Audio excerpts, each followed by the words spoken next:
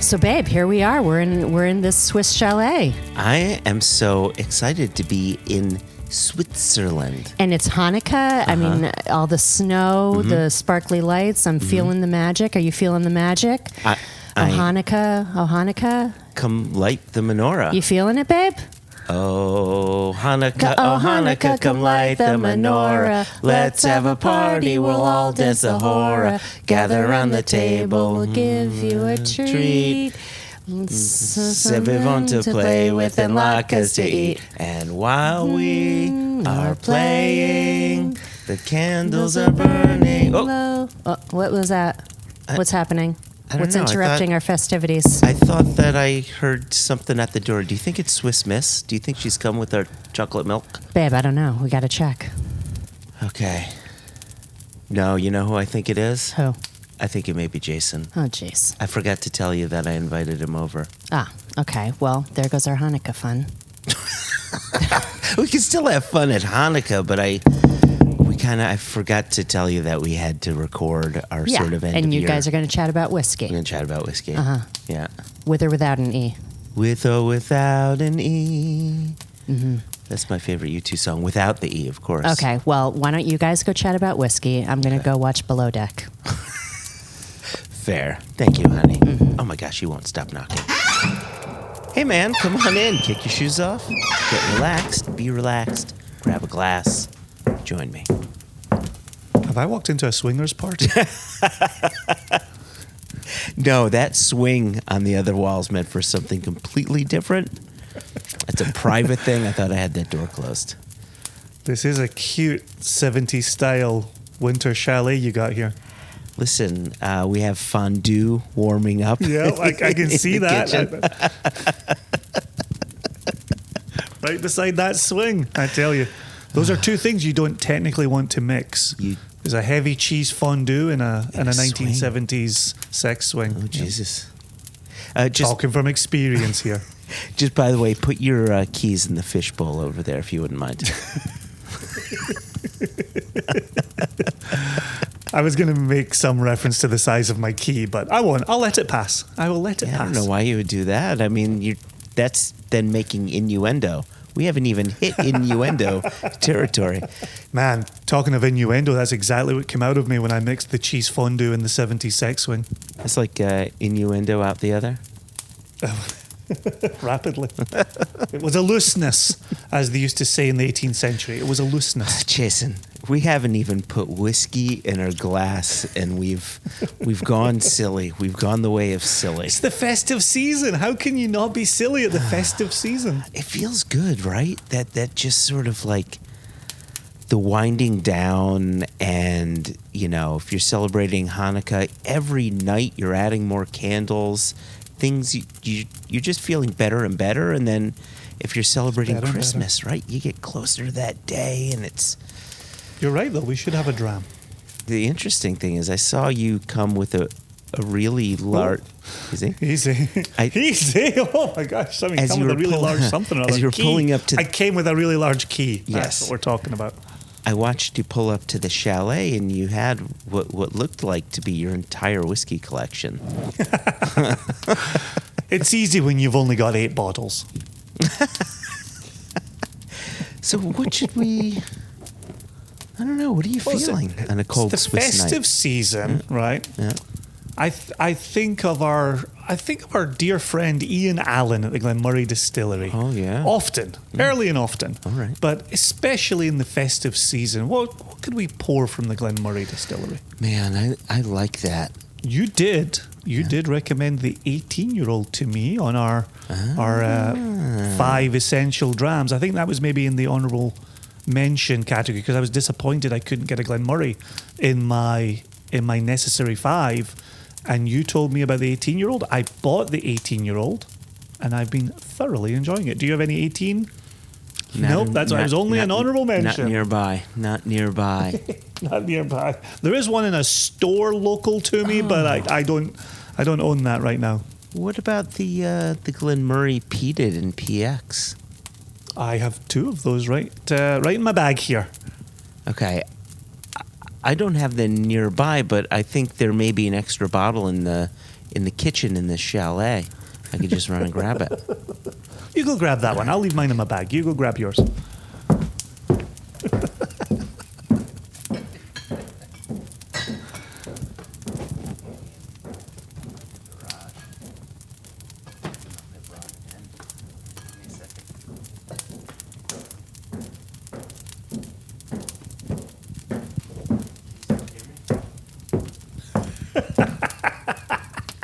Jason, I'm really so glad you suggested this. I brought this bottle to the chalet with me. You know, you and I bought this at the distillery. This is the Glenmurray Peated PX Finish 2010 bottling. And I never opened it. And I brought it to the chalet in case there was an opportunity to open it. And here we are. So here we go. Well, I have not pulled my bottle out of my bag, but if I was to, you would see that I'm about halfway through my bottle of this. Okay. Which is rather delicious, and you and I are sharing a neck pour here, Joshua. But you know what? I just don't believe in neck pours. I believe in neck pours. If you believe in them, then they have power over you.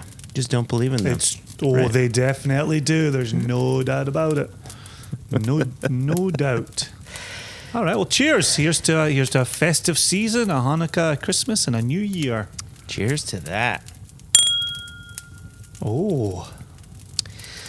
So here we are, Jason. This is our 6th end of year podcast. This is our wrap it up. This is our hindsight is 2020. Yeah, this is the 6th season. So I imagine that we've done it 5 times prior, didn't we? When did we start? 17, 18, 19, 20, 21, and now this is 22. 6, season 6. There you go. Had to pull out a second hand. Oh man, oof. Go easy. Wait till I pull out a second foot, then we're all in trouble. I truly look forward to this episode every year. Part of it, I realize. Part of it, I either realized today or I was reminded today that part of the enjoyment of recording this podcast is not necessarily the recording, but it's the work leading up to it, and in thinking about our favorites, right? It's doing that work to look back and remember, right? And reminisce too. So yeah, it was some nice prep work.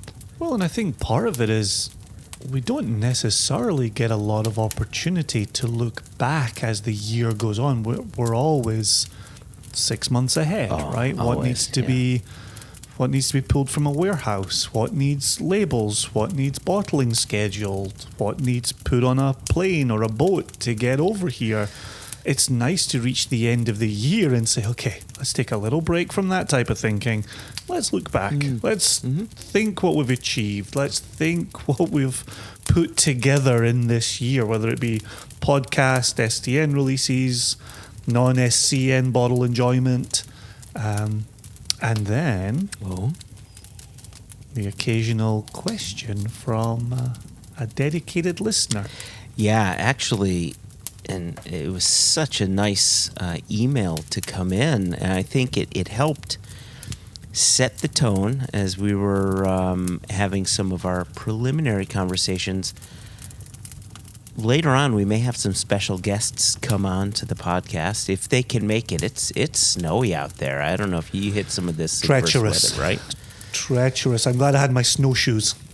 But should they come, we will pose these questions to them. Should I break that email out, Jason?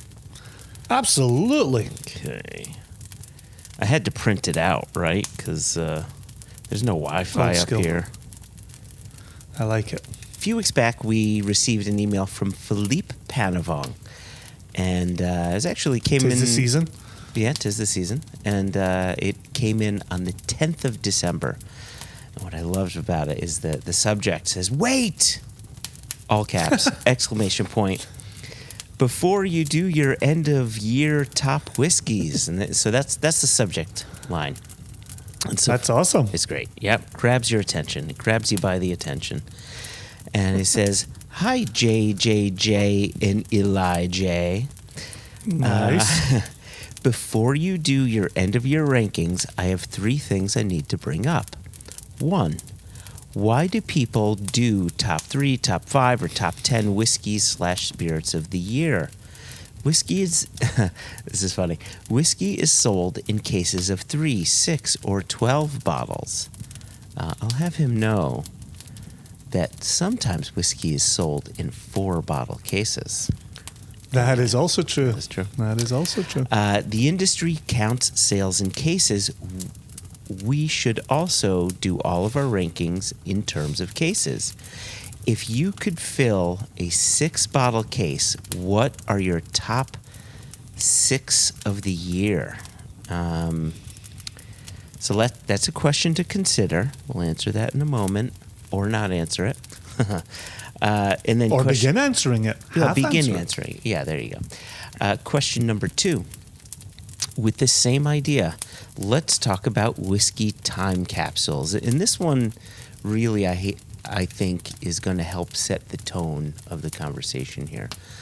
It says, let's pretend you can make a 6-bottle case to be put away for your great-great-grandkids to find when they are of legal drinking age, and taste without you there. What 6 bottles would you put in there to tell your whiskey story? And there's a little asterisk next to there, and the asterisk signifies, or maybe what 6 bottles would you put in there to teach them your palate or your choice? So I like that. Yeah, it's a good question. It's got multiple angles to it. Assume no one around knows anything about whiskey, and all they remember is that you loved whiskey and worked in the industry for years. The only thing you put in the case is an index card that tells the order in which they should try the bottles. What whiskeys and in what order, and what bottles would you put in a case to tell the story so far of Single Cask Nation? So my guess is the more we drink, the more we might change our answer to this, and let's hope when we translate this to our guests coming that we remember all of the facets. If not, please know we've done our very best, Philippe. There's no chance of us remembering all the facets. None at all. Our listeners know not to expect that of us. I tell you what, though. Yeah. I feel like there's 2 distinct questions here, and I know that over the course of today we will go down the path of that personal exploration of the 6. But there's this: what 6 bottles tell the story of Single Cask Nation? I think that's a very interesting second and secondary question. Oh yeah. And so I know that for my 6 to leave for future generations, I know I tried to limit it. I didn't want to make it 6 SCN.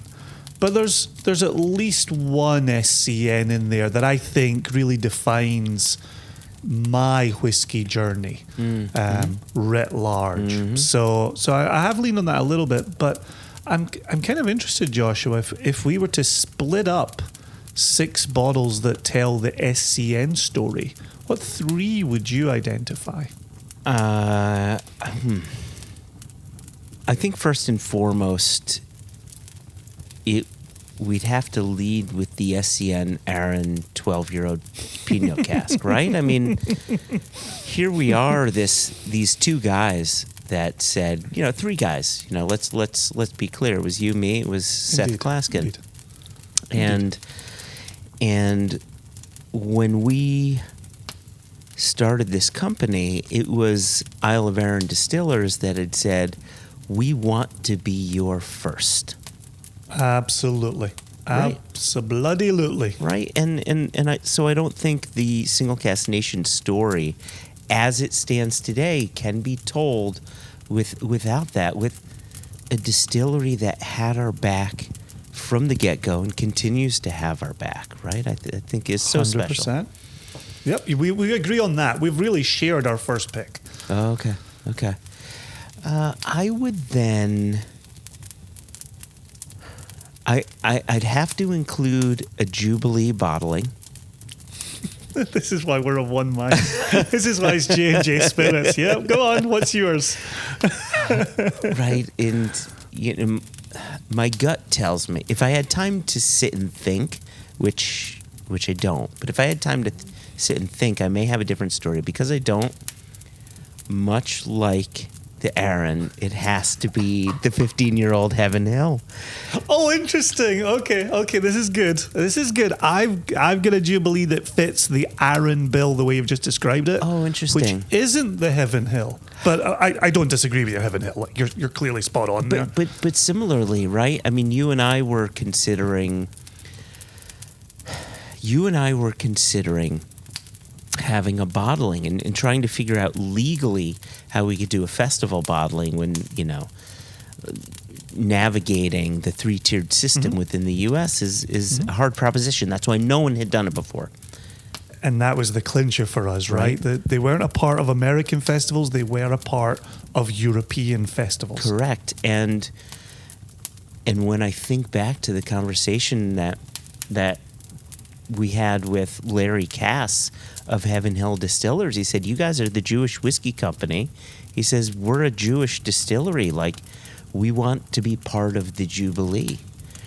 And when we put those two pieces together, like 1 and 1 equaled a festival bottling, and they became our partners. And so it's in that spirit. And then finally, I would have to say it's got to be an idea that you had for the Woodcut series and our love of 80s Bowmore, and just, when it comes to the Woodcut series, Imperial was really my thing because I'm an Imperial fanatic. Yeah. But 80s Bowmore is our thing. And the Woodcut was your thing, and it was such a brilliant idea. And I think, though we had been an independent bottler at that point for, 7 years, bottling a 30-year-old 80s Bowmore, I kind of felt like, okay, we've arrived, right? We're finally serious, even though we had been serious for some time, but... And the label from Mo was from just Mo, everything we could have hoped for and imagined. And I felt like that elevated what was already a good idea and a good application of the idea. That just took it to another level, as Mo tends to do for us, which is true of that Heaven Hill bottling, right? For the first Jubilee Festival bottling, she elevated what we had going on there, and that became an entire series of labels that then ran through the Jubilee. 12 bottlings, yeah. So you've named 2 of my 3, two of the first 3 that come to mind for me. For if you only had 6, and we haven't done the numbers recently, but we're probably somewhere around 150 total bottlings for SCN. Is it does that ROW, Europe, and retail? Jubilee? Does it include Jubilee? Yeah. Okay. All right. Yeah. So, first Aaron, absolutely for the reasons you just named. The first of the Woodcut for the reasons you just named. My Jubilee bottling goes down the path that you'd gone with the Aaron there, which was the passion and the enthusiasm and the willingness to fight for us and believe in us that came from Robin Cooper. Yeah. And Robin Cooper really going to bat for us there and really believing in what the Jubilee was doing and we were doing, and independent bottling and the enthusiasm from our attendees. That really kicked off our relationship with Wild Turkey. And it's interesting because I think that's the only relationship we had, and I could be wrong in saying this, but I think it's the only relationship we had that went from Jubilee bottling into single cask nation bottling. we had the opposite, where we had a single cask nation relationship with Westland. Westland, yeah. That then led to a Jubilee bottling. But I think that Wild Turkey's the only one that went from Jubilee to SCN. And, as we've said a million times, the relationship that we've got there, the ability to independently bottle Wild Turkey in our own bottle with our own label, just continues to mean so much. And when we pitch up at the distillery, Eddie gives us a warm welcome.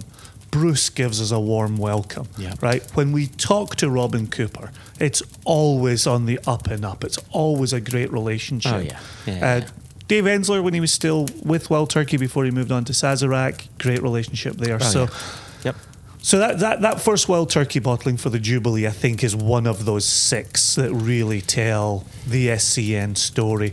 And then, having mentioned our Westland relationship, for me, one of the 6 has to be the 2-year-old Westland that was heavily peated, heavily sherried.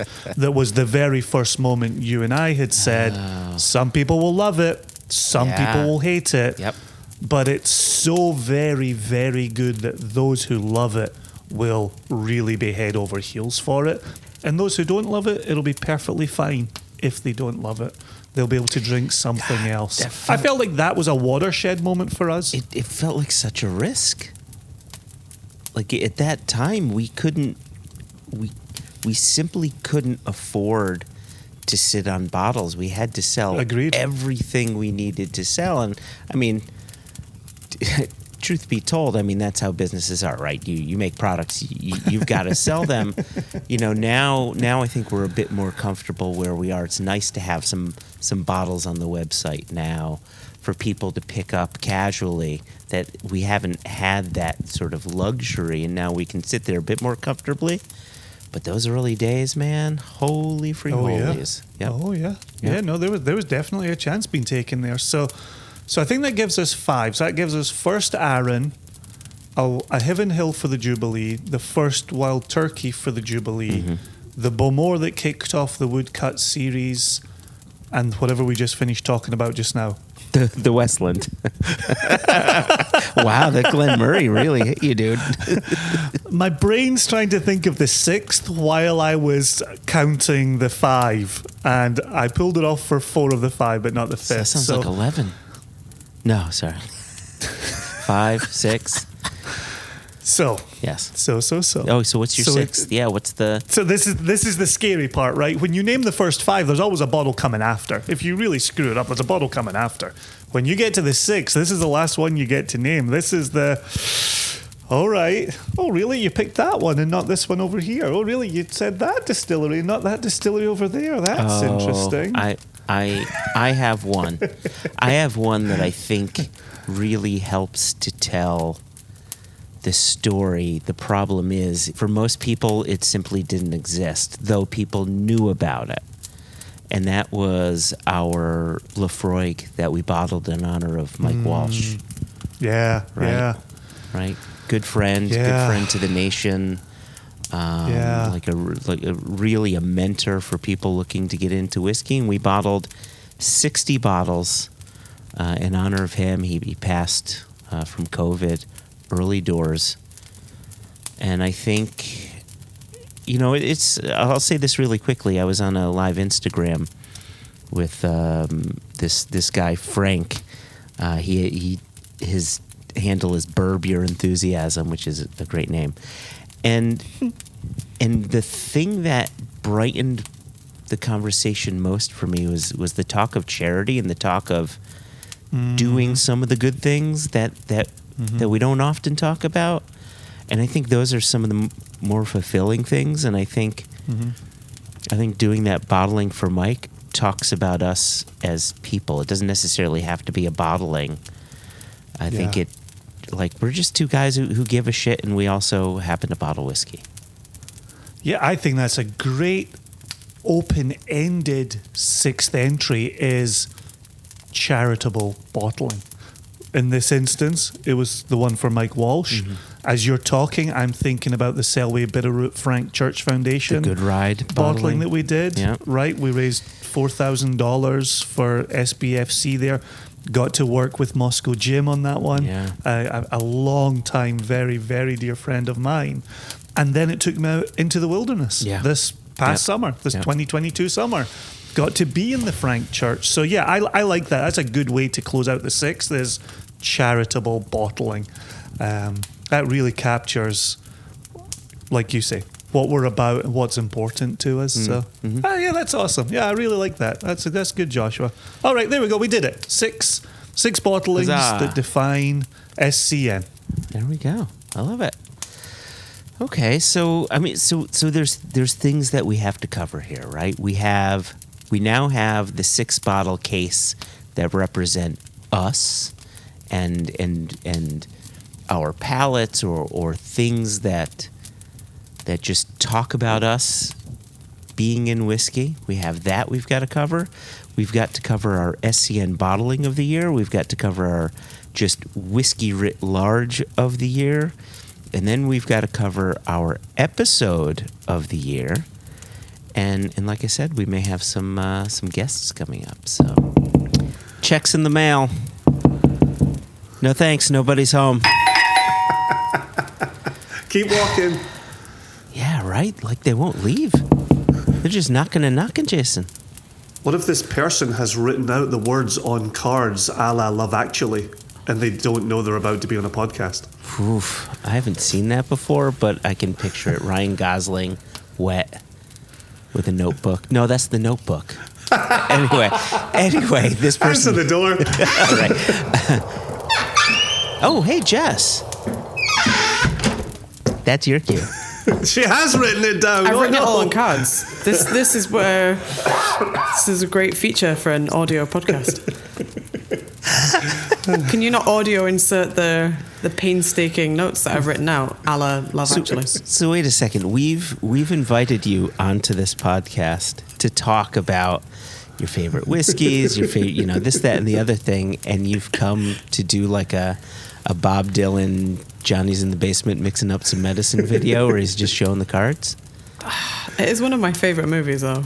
I realise that instantly cancels me from any credibility I ever had with my film knowledge score of 2.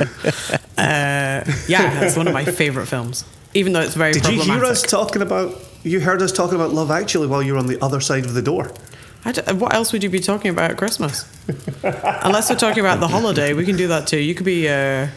This could be like the Ellie sequence where they go to where she goes to the very fancy house and Jack Black just turns up and sings to her. We can do that too. Jack Black's in Love Actually? No, he's in The Holiday. Now I'm mixing all the films up just to confuse you. We've got The Notebook, we've got The Holiday, we've got Love Actually. How about we talk whiskey? Sounds safer. Like much safer. much safer. So yes, Jason and I have just been talking about.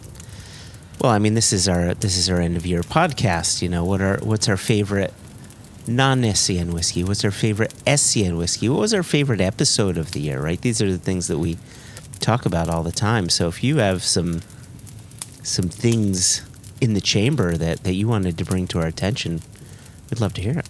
Yeah, I've literally come all the way across the world to knock on your collective one house that you live in with my Love Actually flashcards to be Andrew Lincoln. Yes, I hope you are excited for my non-conclusive list of things.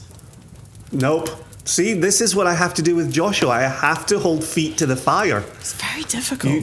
It has to be conclusive, right? Insanely difficult. Yeah. I'm already, that's the wrong way to phrase it, but I'm clearly having difficulties with my own singular identifiable bottle. It is difficult, but it's a good exercise, Jess. I think it sounds more like a bragging exercise of like, here are all the things I've drunk this year. Is that what you're aiming for? Honestly, it was a panic. When you if you've ever been for a job interview, I should say, and at the end they say, do you have any questions for us? And I've never once come up with a sensible. I've always been like, no, that's my contribution for today. And like, what's the best thing you've drunk this year? I'm like, I've never even heard of whiskey. What is it? Tell me more about it. Oh, so you just become a deer in a headlight, right? You just kind of freeze. I've got like this little Rolodex of nice things I've had, and I'm like, how do you pick one without upsetting everyone else? This is the challenge. This is exactly it. Isn't this exciting? But you can have an absolute favorite that you would return to, that you would take to a desert island. You can also have an honourable mention. Oh, good, because I've got about 8 or 9 of them. Right? No. This is why I think the exercise is so good, because when you do have to name that one, I think it really does burrow down on why. Why did I like this? And why would I pick this as my absolute best? Yep. So I am going to continue to hold your feet to the fire, Jess. Right next to the chestnuts. I like that you're holding her to it. Hopefully you'll pay a bit less attention to me. Nope. Even myself, and this is why I throw myself into this as well. I have 3 whiskies in the running for my SCN of the year, and I could easily pick any of the 3, potentially 4, and be very, very happy with it. But I'm really asking myself, what's the number one? What's the number one, and why is it the number one? So Jess, let's start easy. Let's go out into the bigger, broader world. What's a favorite non-SCN of the year for you? A favorite or the favorite? It's He said a favorite, but holding him to it. He did. This is why he's not good with the English language sometimes. With the words. Well, I can tell you know it's going to be a good Christmas when Joshua's taking the grammar high ground. Okay. This is like that's your opposites holiday, day. not I'm mine. so confused. I can tell you in the last week, one of the favourite things I have drunk in the last week, which, bearing in mind I was hosting my own whiskey tasting last night. I'm not sure how that speaks to what I chose for that. But in the last week, I've had some really very nice Glenfarclas 1977. There you go. As I love we, the podcast listeners, love a context.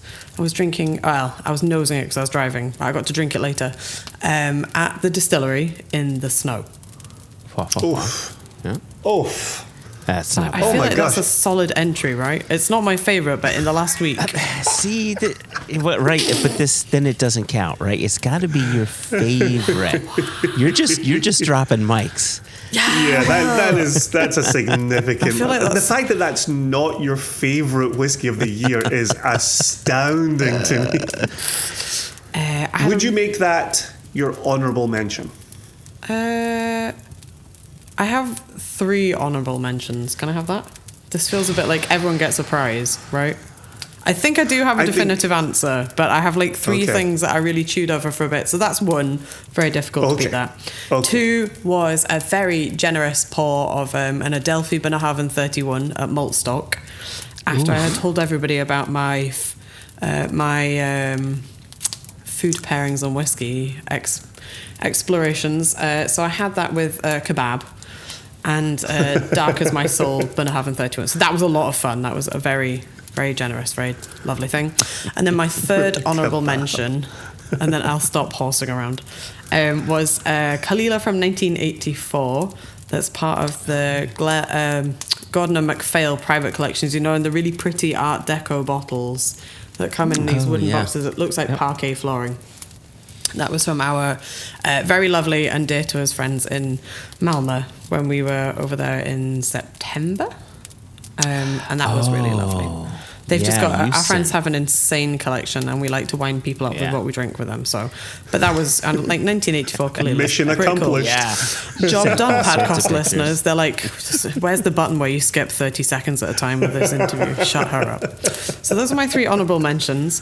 I do think probably today, right now, in the cold, my favourite thing I've drunk this year so far, because we're not at the end, there is time, is the new Bowmore Distillers Anthology bottling, which is seriously good, mid-90s Bowmore, like everything I want, sherry, punchy. Yeah, it's making my mouth water thinking about it. Does that count? Yeah, I'm going to say that's it. Quick question for you, right? Because Bowmore has changed over the decades, and Bowmore and sherry, I think that's where the changes have been kind of more noticeable. And sometimes Bowmore and sherry is really dirty, heavy, earthy, grimy. in a great way. And then sometimes it's really fruity and bright. And so where does that fall on the Bowmore scale? Probably annoyingly in the middle. It's definitely got some real heaviness to it. It's a 20-something-year-old Bowmore, and it's obviously been in sherry, so there is a decent amount of dirt in there. But I always think of this, and I get laughed at a little bit, I always think of Bowmore as being like this kind of elegant smoke.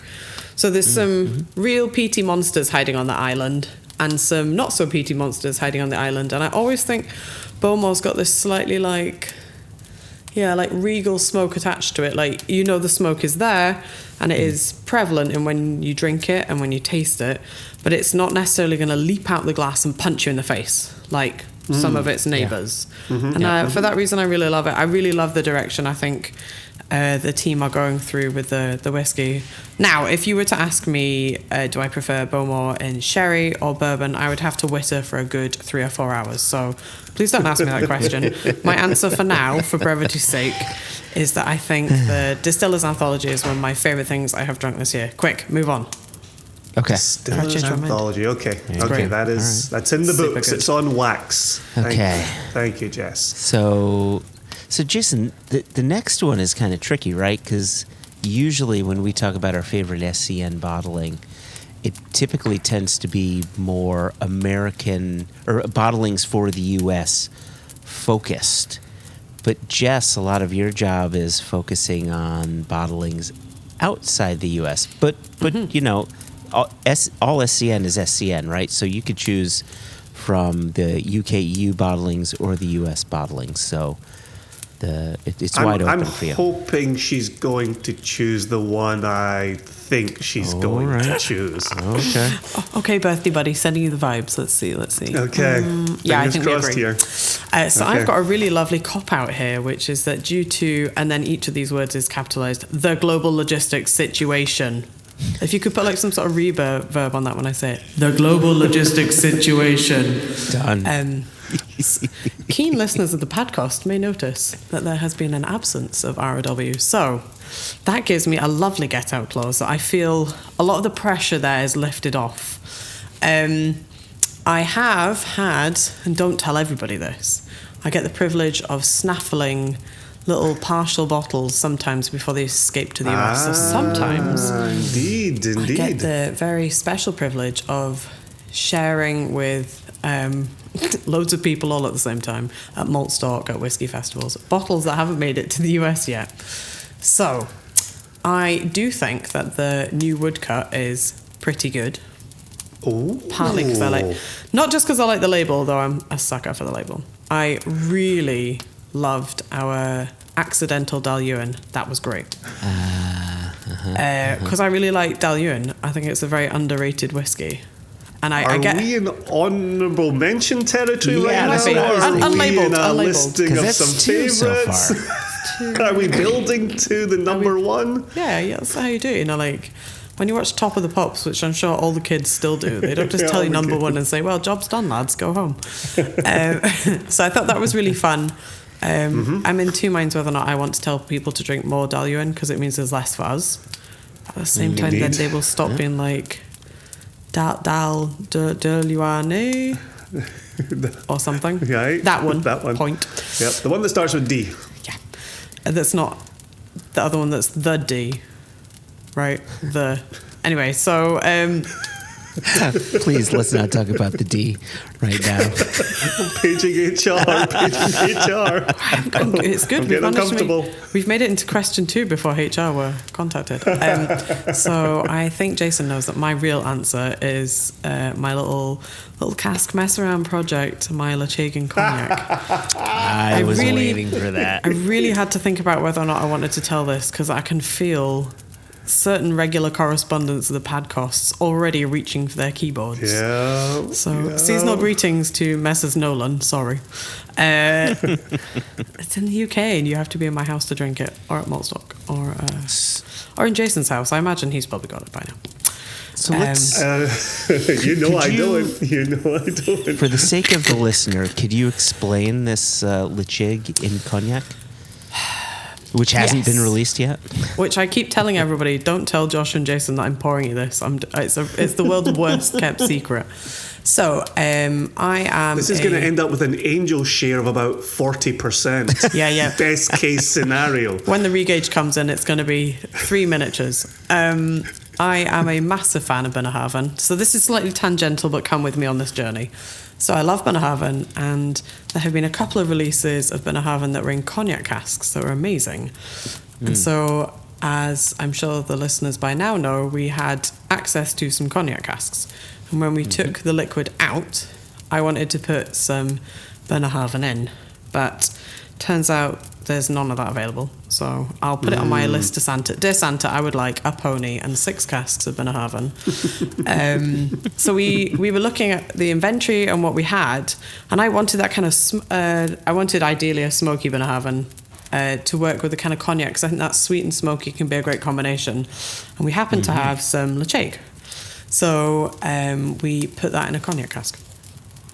And I keep having to check on it for quality purposes. Sometimes quality purposes are 6 bottles a go. But we have to be very thorough in this. I mean, it'd be very embarrassing if we released it and it was rubbish. So, yeah, I also, it's a bit grandiose, isn't it, calling it like my cask project, as if I've got it's one cask that I'm playing with. And by playing with, I'm letting it sit in a warehouse and then I'm drinking it regularly. Am I right in saying you poured it for the first time at the Watts Open Day in Campbelltown? If you would like to think that's the first time I've cracked open that cask, then... Wow, I thought that was the first time too. Oh, it's been a long 2022. Oh, it was February, wasn't it? I think it was actually February. I think I put it at Glasgow's Whisky Festival first. I think you did, yeah. It was the first time we did it. And then it went for a little journey to Campbelltown. And then it went for a little journey to Maltstock.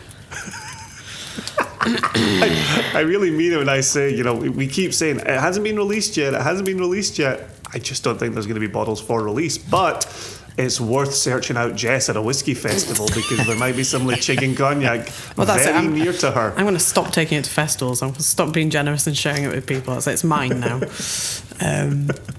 So that's my, I'm going to call it my get out clause, which is actually very unsatisfactory, has not helped us with sales of anything, and has probably annoyed 2/3 of the people listening to this conversation. We could discuss what colour it is if that would help you, because I know how that's a great segment. You could argue it's upset 2/3 of the people on this, meeting. On this podcast, yeah.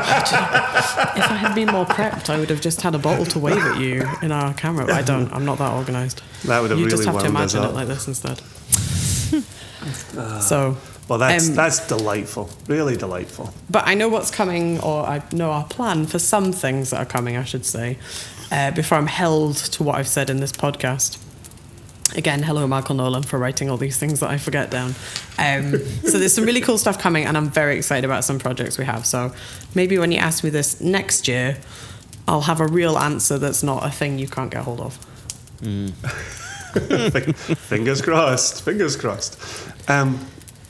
So the other thing that I'd let you know that we want to talk about actually comes from our good friend in California, Philippe Panavong.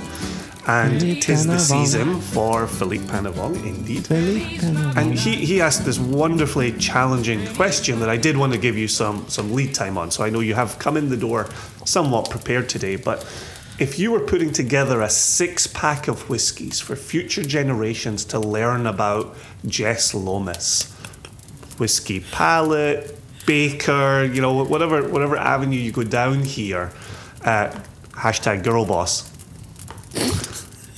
Do you have 6? Was that an even more impossible task than naming your favourite whiskey of 2022? It has given me the sweats. So I've tried to go for a bit of everything. Some obtainable, some unobtainable.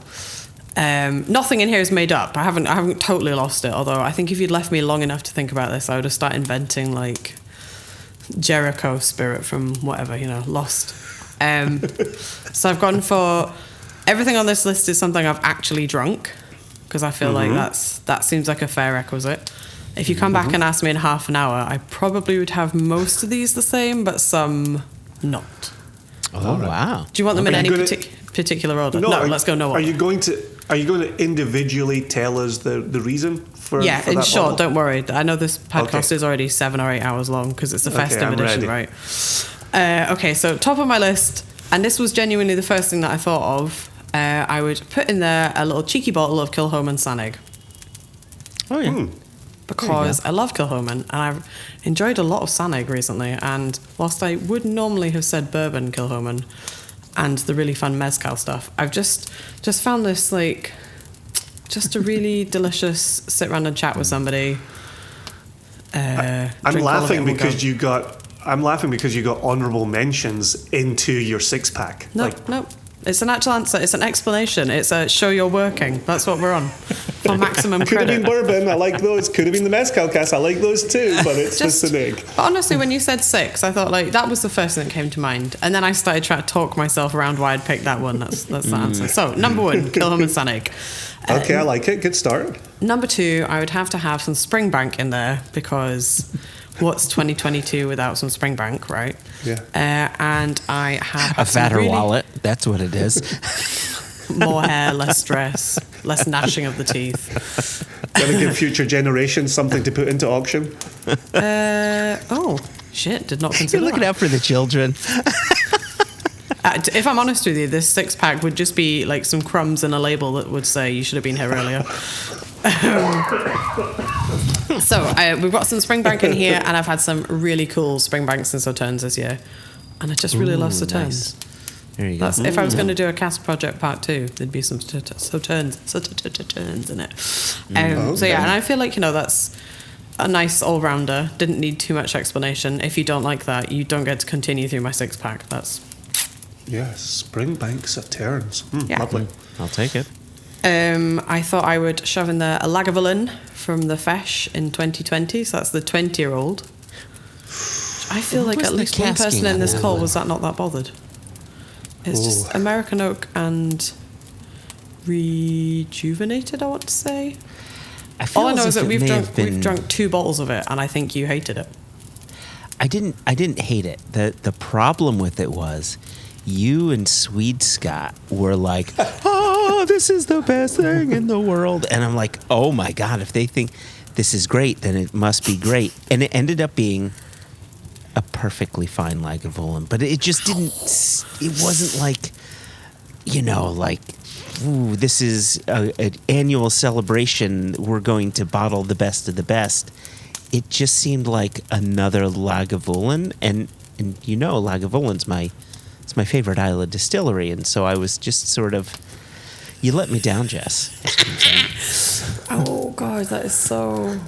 I feel like I've been stabbed. Okay, so in context, we were all in lockdown, so even if it hadn't been the most amazing thing in the world, it was a little refresher of Isla. I stand by it. I think it was great, and it is Good on something you. that Chris and I have drunk 2 bottles of it, which tells you it must be pretty good because it's not very often we go through that. And also, I think we must have been so into it that even my mother said she would buy me a bottle of it, which that is Whoa. quite some praise. And also, when I've been doing, I stand by this, when I've been doing some world whiskey judging, I've been very lucky enough to meet the master blender behind it. And he was really excited about it. So maybe we caught the hype from Craig, the lovely Craig Wilson.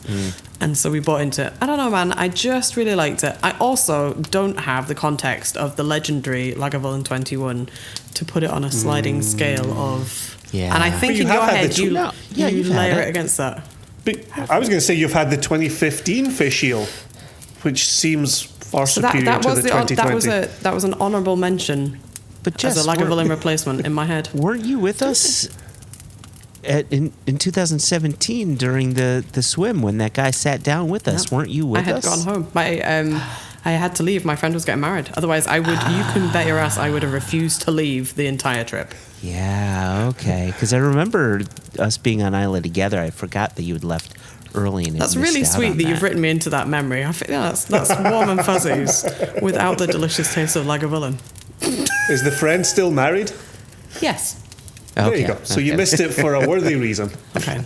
An honourable All right, number excuse. 4. Number 4, as we are moving through our list, I feel like I needed to have some sort of 1989 bottle in here because of our Project 1989, which was the ridiculous party for our 30th birthday.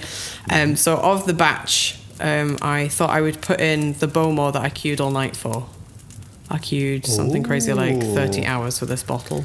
It's a single cask Bowmore, 1989, and it is in bourbon. And it's just a tropical fruit bomb with a little bit of smoke in it. It is delicious. Any FWP in there? Nah, not a trace. No? Okay. Oh, Which wow. is odd given the era it's from, but I think that's maybe slightly deliberate. I feel like maybe David Turner decided no FWP for this one. Or maybe that cask just didn't have it. I'm not sure. But it is really good, and I was very sad when we finished that bottle. Yeah, there you go. Okay. Forgive me if I missed the detail. Once you started talking about queuing all night, my mind really went to a horrific place. Which fish? 2018. 2018. Okay. And it wasn't too midgy, and it was dry that night, so we didn't get rained on. I can tell you, I would not have queued in the rain. It was just a whimsical moment of, yeah, let's do it. Cues and whimsy do not make comfortable bedfellows in my head, but you do you, Jess. You do and you. I told my mum the bottle cost me £100, and she said that was a lot of money. So she doesn't need to know the real price ticket on that. Yeah, I was going to say that didn't really cost you there's no way it was £100, only did it? £100. Like, Everyone listening is like, £100 in 2018. Why were we not there? It was not £100. But it was my birthday, and I had to have it. So. All right, Yeah, and then, a nice 1989 Bowmore. That's a great addition. I like that a lot. It's a tasty number. And then I feel like I need to go outside of the UK, and it would be heavily remiss of me if I didn't make my non-UK option. I realised that wasn't a rule, but I made it a rule. Yeah, It'd be embarrassing if I didn't put a Westland in this box of 6. So, There you go. That checks out. Yeah. so I picked. Are you ready for another disclaimer? I picked Raven, the Black Raven bottling. Oh, yeah. 100%. Yeah. 100. That was It's like the one with the so good. cherries and the stout. Yeah. Yeah. Oh, no argument at all. No, that was Also, brilliant. I thought it was a bit too brown nosy if I picked the Westland that we were involved the cask pick of the second 2-year-old. The thing that really introduced me to Westland. I thought that was a bit too brown nosy, but definitely very close second place for my Westland spot. So I hear you. Oh, gosh. So what did you... I know we're all in agreement here. What did you particularly like about the Black Raven? I really like it because it's got my preferred mash bill. So it's the 5 malt mash bill. And that's my favourite type of Westland, I think. So to me, in my head, that makes it the most Westlandy, which is obviously a word. And then just that combination of casks is absolutely bonkers and it really works. The tartness that you get from the cherries, but then it's got that kind of like slightly stiffer beery backbone to it. It's great, and I obviously advocate #drink responsibly, but I really could just drink that with a straw straight out the bottle. I'd make it a paper straw to save the turtles, but there you a go. straw Yep. nonetheless. Well, and in this instance, you get to say, unscrew the cap on a Friday, recycle the bottle on a Monday. We don't get to say that every day. That's very true. Or recycle it on a Sunday. Hey. You could wait till Monday to recycle it. I suppose that is Yeah. also an option, depending They on don't your pick up the recycling bins on a routine in your Sunday. house. Yeah. Exactly. Oh, that's a great selection. I really like that one. My final spot. I was like, okay, so for the future people, there has to be a dose of ridiculousness in this box. So that space. This is obviously not going to be a regular 6-pack carton because it's enormous. The last space in the box would have to go to a more like a 75-year-old. Oh, wow. Right. I like how you're taking this home with a mic drop after kind of coming out the gates with a mic drop. This, and one unicorn. Right. That's great, though, yeah. You didn't give me a budget. And that's the thing, right? I like the fact that it's not just here's something antiquated that goes in the box for the future generations, but here's something that you had with chicken nuggets in Las Vegas. Indeed. That has a connection to you that goes in the box. I really believe like you that. call them chicken tenders, but I very much the same effect. I don't know. I think it's also, you need to have a slight dose of ridiculous in it. Mortlach is one of my favourite distilleries, regardless of it being the oldest single malt at the time. It's not now. But I just like the idea of we're taking some history with us. I think it's crazy when you think about these liquids that are. There's obviously a few notable whiskies that are lasting that kind of insane age.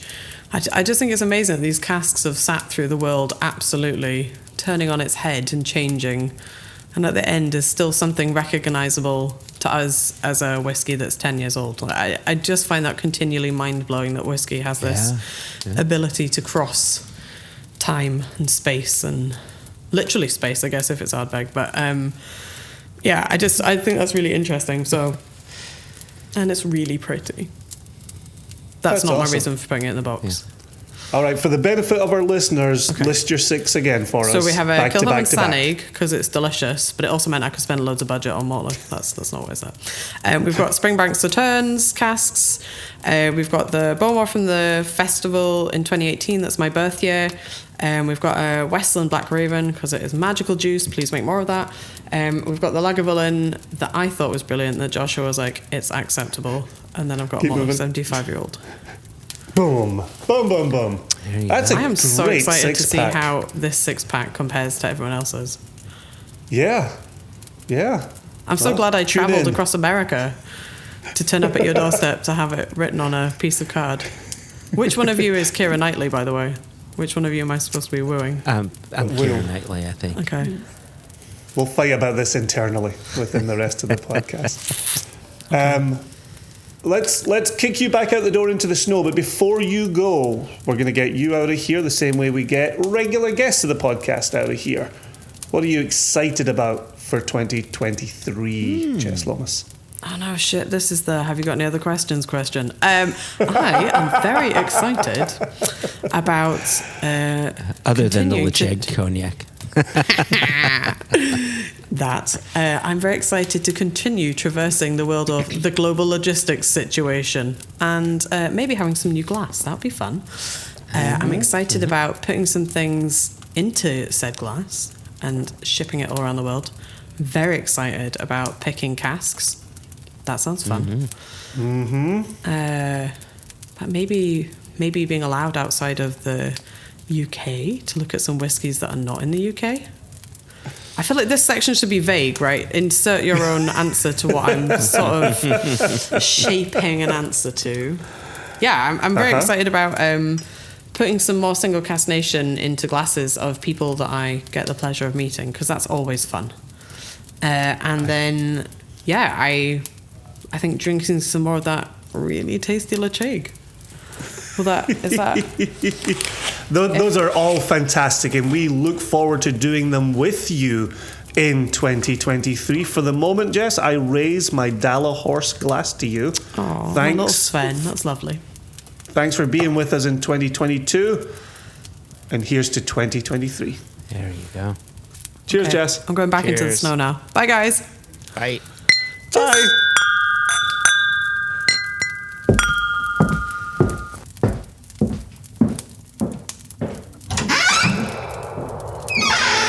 That was a lovely, lovely visit from Jess. I'll tell you though, opening and closing that door, I've got a little bit of chill about me. Yeah, it's. I'm ready for another dram and maybe a chance to get a bit closer to the fire here. Yeah. Should we throw a log on the fire? Yeah, you throw the log on the fire. I'm going to go ahead and pour my SCN of the year and see if you can guess.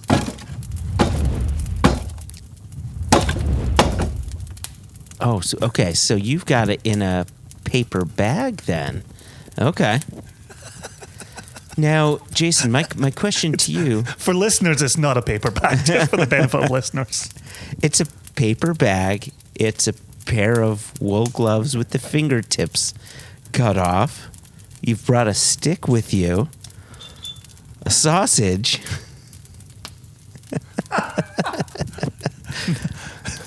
That dog. Listen, from Lady and the Tramp. I'm a dude walking from Swiss Chalet to Swiss Chalet. I'm not going to say I'm not a hobo, but.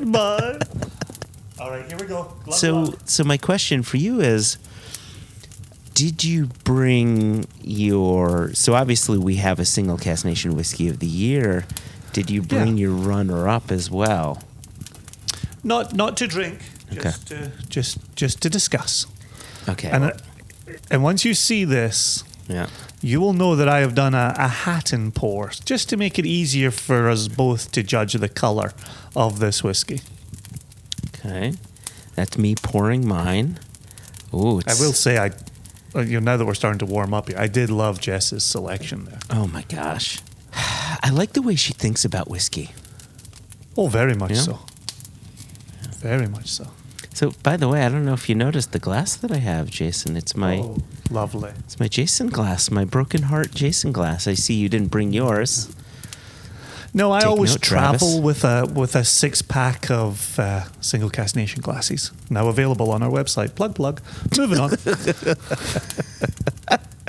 All right, so let's see the color of your whiskey. All right. There you go. Now take. Oh, is that? Have you poured your I SCN have of the poured year? my SCN of the year as well. Okay. Wow, they seem to be They similar seem to be colors. similar colors. Do we want to explain to our listeners the? So let's do this. Let's do this, Jason. I am going. You let us know what the color of your whiskey is. You give us some tasting notes.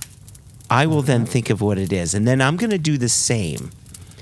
And then on the count of 3, because the color looks similar here, and then on the count of 3, we will say aloud what we think the other person's whiskey is. Oh, okay. All right. Okay. So Okay. give me color, give me nose, give me palate, give So, me finish. so the color to me is a rich walnut, perhaps a deep mahogany. Okay. Yep. That paints a picture. Painting the picture with words. Here we are. I will say in our chalet here with the door open, it is a little chilly. Mm-hmm. The nose is on this bottle is a little chill at the moment. All right. And so I might cup a little. I will say the walnut that I made mention of in the color is also present on the nose. So. Okay. So we're making an assumption here that there's sherry cask presence.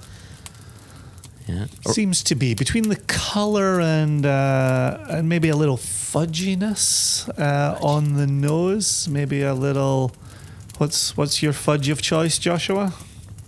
I like a panoche fudge, like that kind There of. it is. There it is. Maybe a pickled walnut, if you will. You know I love the pickled walnuts, Jason. You know I love the pickled walnuts. So good. I love the fact that when we're out and about, people will ask us about pickled walnuts in person. Oh, there it is. Oh, Yeah. Do you warm it up? Oh. Ooh, Jason. oh, that is starting to.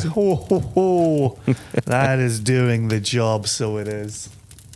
All right, go ahead. Do you ever get it? Yeah. I know that I'm crippled with more self-doubt than you are, but do you ever get it in these end of year moments when you ask yourself, we did release this year, right? Do you ever ask yourself that question? Oh, all the time. All the time. Okay, because that's exactly where I'm right now. I'm like, I'm certain it was this year. And- when there's 12 months to cover, it's a lot of months. Well, it's only exacerbated by the fact that we lived through 2.5 years of COVID. At the time, growing rest of the world bottlings, right? There's so many different bottlings to be thinking about between rest of world, between online, between retail. So yeah, it's a lot to keep track of, which is why when you said, maybe we've done around 150, 160 casks, Yeah. like that doesn't seem like enough to me. Like, are you sure? Because it feels like there was much more than that. I did just double check the bottling month. And I am very pleased to say it is 2022. Okay, that's good. All right, what else do you want from me, Joshua? So I a got little bit more on the nose, maybe. I got maybe a little panoche. espresso coffee bean. All right. Yeah, there's maybe a little licorice All right. around the edges, a little black licorice, which something I'm very partial to. Mm-hmm. I I might be talking myself into a little roasted fennel. Not convinced that's there. Interesting. But Okay. here we are. Here we are at the end of the year, festive season. A lot of vegetables are being roasted. Why not roast some fennel? It's a delicious vegetable. Yeah. Okay. All right. That I think that gives me. Oh, geez. I look up as I'm thinking and talking aloud, about to tell you, take a sip so you can give us the tasting notes. And there you are taking a sip so you could tell us the tasting notes. Well, I'll tell you what, Joshua. Since I'm sitting here sipping on this, and we may very well have the same thing, why don't you give us your color on yours and your nose on yours? I would argue that well, mine's also a darker color, but I feel as if it's tough to tell, right? Because, the lighting on your side of the room is a little different than the lighting on my side of the room. In this cold Swiss Chalet air can be difficult. I would argue that this is that there's a deepness to it. I would say it's almost mahogany, but where mahogany has bits of almost a blushness to it, I would argue that this doesn't have that so much. How's that? All right, so on the nose. I'm still drinking mine. So on the nose, I'm getting, yesterday's coffee grinds. I'm getting a little bit of chicory. Those are the things that pop out at you immediately. But then there's a little crushed fig. There's some white pepper going on in there. Oh wow, there's I would even argue a Mounds bar, right? A little dark chocolate, And little so, coconut going on.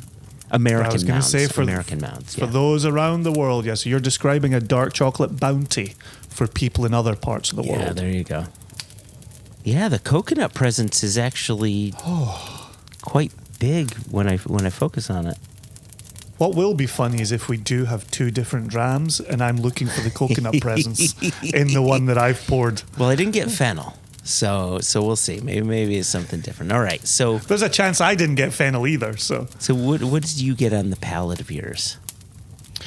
it's got wonderful drying oak. Okay.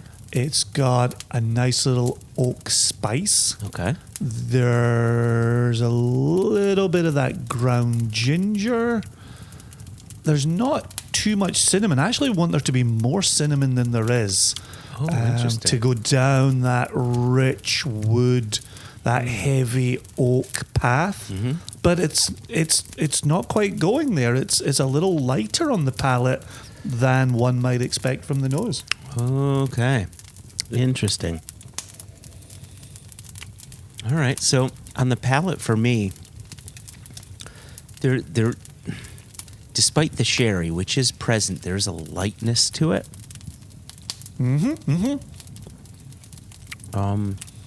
There's a green herbaceousness going on, but as the palate transitions to the finish, that's where I'm getting melted, like chocolate chips, melting chocolate chips. I'm getting toasted walnuts. I'm Do you getting get any pecan? What's that? Do you get any pecan? A little bit. Even pecan pie? Yeah. So with the pie, I was thinking less pecan pie and more like, that heavy buttery crust that you get in apple pie. That where it's extra butter and you're like, I'm gonna gain a pound, but fuck it. It's that kind of. I know our regular listeners trust us to the nth degree. I just wanna say here, you and I have not discussed our SCN of the year previously. We have not hinted as to our SCN of the year previously. And there's a very good chance we have poured the exact same dram here. There is a good chance. All right. And there's a chance that a few bottles remain on our website. There's a chance we may not have picked the same. Okay, that's why I teased that. Okay. Okay. We haven't guessed category yet. So which category do you think mine is from? Well, single malt for sure. It is single malt for sure. And seeing as 2022 did not have us bring in a retail bottling, like think about it, our last retail bottling was the end of 2021, wasn't it? Yeah. So it's got to be a retail bottling. And if it's... Oh, no, can't be a retail bottling. Scratch that, reverse it. So it's got to be an online bottling. Has to be an online bottling. And the notes that you're mentioning do not sound like bourbon notes. So I can't say it's Black Button, of which we also have bottles on our website for. And I can't think of an ROW, rest of the world bottling that had that type of I know color. which one you've poured. We did not have the same one. Yeah, I don't think we've got the same one. This is great though. They're such kissing cousins. They are This is kissing cousins in a way, awesome. aren't they? Oh yeah. If we're then right, yes, if we're yours right. is definitely not. Yeah, you're sold out on day of release. Yeah, it did.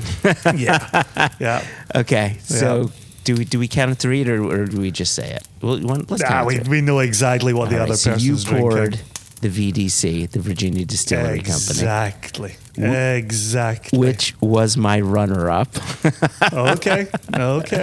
And you poured yeah. our happy little accident, the Dal Ewan. fucking remarkable. It's such a great First whiskey. fill bourbon finished in first fill sherry. Which is that as coconut, everybody's I think, doing. right? So I think that's that coconut coming through on the palate from all those years in bourbon. Oh, that's so fun. That was really excellent. Really, really well done. So, my runner-up, obviously that Dal Ewan. Yeah, easy. I want you to make Easy. mistakes all the time. Actually, Please put that in a t-shirt, yeah, please. Yeah. Well, the thing is, you do make mistakes all the time. So anyway, let's carry on. My runner-up, and I thought long and hard about number one and number two and number two and number one. My runner-up, which may not have been a 2022 bottling. See. Oh, you would chide me. You'd chastise me, Jason, if I brought a Happily. 2021. I would happily chastise you. Before I say it, when I checked the VDC label here, it says bottled January of 2022. Is that true? Was it actually bottled That's what- January 2022? That's what it says. Okay. That's what it says.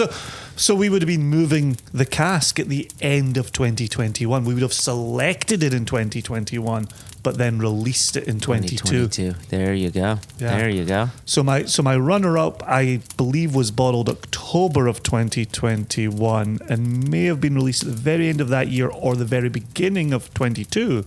And it's our Catoctin Creek rye finished in Kilchoman There you go. XPX. I go back to that bottle all the time. It's just all the time. It's brilliant. Yeah. I love pouring that bottling, especially for bourbon and rye drinkers, because they expect one thing and they get another, and after a few sips, it becomes an eye opener. Like, oh, okay, I didn't think those flavors could work. They do. Yeah, I really enjoy pouring that one.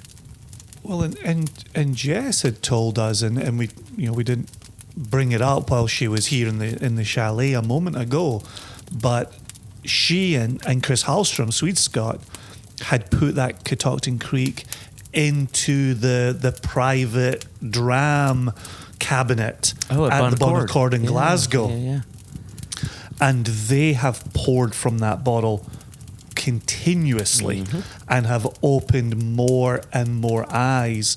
And we've got so many ABVs, a lot of them are blurring in my head, but the CCDC ABV is 64 something. 61.4, I think.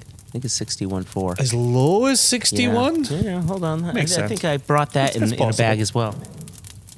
Yeah, have a look. See if that's in the chalet kitchen as well. No, I had it here in my boot. It's actually 64.2. 64. Oh, 64 something. Yeah, So there you go. So scratch that one from the Jason Mistakes column. That was a correct Okay, Jason. I see what we're doing here. So 64 something. People in the UK are not crossing the street for 60%ers and above. No, they're not. Right. We've talked about this a lot with Jess, where those high 50s folk are starting to say, that's going to be a bit hot, that's going to be a bit much. To put in a 64 something with that CCDC, killed in America. Absolutely killed, crushed, rocked it in America. Jess and Swiska have had huge success pouring that for people who come through the Bon Accord. So I think that's a very worthy honourable mention bottling. Yeah. Oh, yeah. Well done. And such a... That's one of those opportunities where we got to share the experience with Single Cask Nation members, with One Nation Under Whiskey listeners, and people followed that journey, right? It's whenever I talk about Kilhoman, I talk about discovering them in 2007 and following that journey, and there's fun in that. Hopefully people found the fun in following this little journey as well. For sure, and you know, the time of year where we're sitting, the new make spirit, the Catoctin Creek new make rye spirit that went into that XPX, Kilhoman, CCDC cask just turned 1 year old a couple of weeks ago. Oh my gosh, time doesn't stop. Like, it just keeps going. And it gets faster and faster. With our CCDC in the books, with our top SCN of the year in the books, I'm really curious.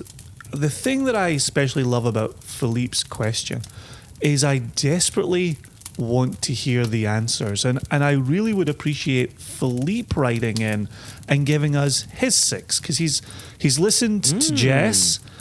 I would like you and I to go over our first three. Let's tease this a little. Okay. And then let's have a look out the windows and see if there's anybody else we could welcome into this chalet. Once Philippe gets to the end of this episode and he hears all of our top sixes, I want to know what his are, and we want to cover that in the beginning of 2023. Perfect. Perfect. Because he has really inspired us with this question. So with that said, Joshua, would you mind if I led the way here? Because I would love it. I offered you the first three SCN, and you picked two of my three. So let me give you my first three here, and I don't think we're gonna have too much overlap. I don't think that we will. We'll you know what? Let's see. Go ahead. Okay. This order, I know when Jess was here, we didn't ask her the order in which we would drink her six, but I think hers built. Yes, just really quick, in case people are like me, sometimes you sort of lose track of where you are, what you're doing. That, Joshua, is so perfectly put. That is such a worthy description of yourself. No, know thyself. Fuck off. That's a terrible... Is that a remnant from those 22 months of COVID you lived through? I think it is. So the 6 bottles that each of us have, and we're going to each tease our first 3. The 6-bottle list that we have is a list of bottlings we put together that share our story within our whiskey journey, or of some sort of significance, so that when our great-great-great-grandkids find this case of whiskey, maybe they'll learn a bit about their great-great-grandfather. So, cool. Yeah. It's interesting in listening earlier when you were reading the email, the idea of the younger folk knowing nothing about whiskey almost sounds like the 80s and early 90s in Scotland, right? Whiskey just kind of fell off the radar. And it's amazing where we've been with it to begin the 21st century, you can't imagine it not being on a radar. Oh. And yet, it happens. There's no doubt about it. It does. All right, whiskey number one. You could probably name my whiskey number one. I think listeners could probably name my number one as well. To show that I am not an inveterate snob, I have kicked off with something that is incredibly accessible, incredibly affordable, incredibly delicious, low ABV, but it's got the word Glasgow in the name. And the Compass Box Great King Street Glasgow blend is my number one of 6 for the Whiskey Time capsule. It totally checks out. It tracks with all you have been saying, I think, since that bottling was released. And you remain a dedicated devotee to that whiskey. Yep. Do you know, not only has John Glazer not sent me a single penny for all of this free advertising, he hasn't even sent me a free bottle for all of this free advertising. Wow. Well, I have gone to bat for that man. You have? You have 100%. This is a failing, Jason.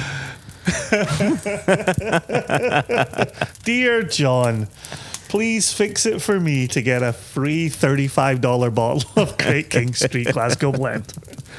Take the boy out of Scotland, Joshua. You can't take Scotland out of the boy. If you relax, Scotland could come out the boy. Just don't pull the Glasgow blend out the boy. Gosh, don't even put it in the boy. So, with that said, Josh has excused himself to go get more fondue. Careful with the innuendo. So, number 2 for me. I'm going to riff a little because there's a Lafroig 10 that was a 40 or a 43%er that I tasted at Aberdeen University Whisky Society with Petty P. Rynan, who I've mentioned before on the podcast. Without Petty, there's no whiskey journey for Jason. That's amazing. Leave it to a Finn, Jason. Then, right? You want anything done in this world, ask a Finn.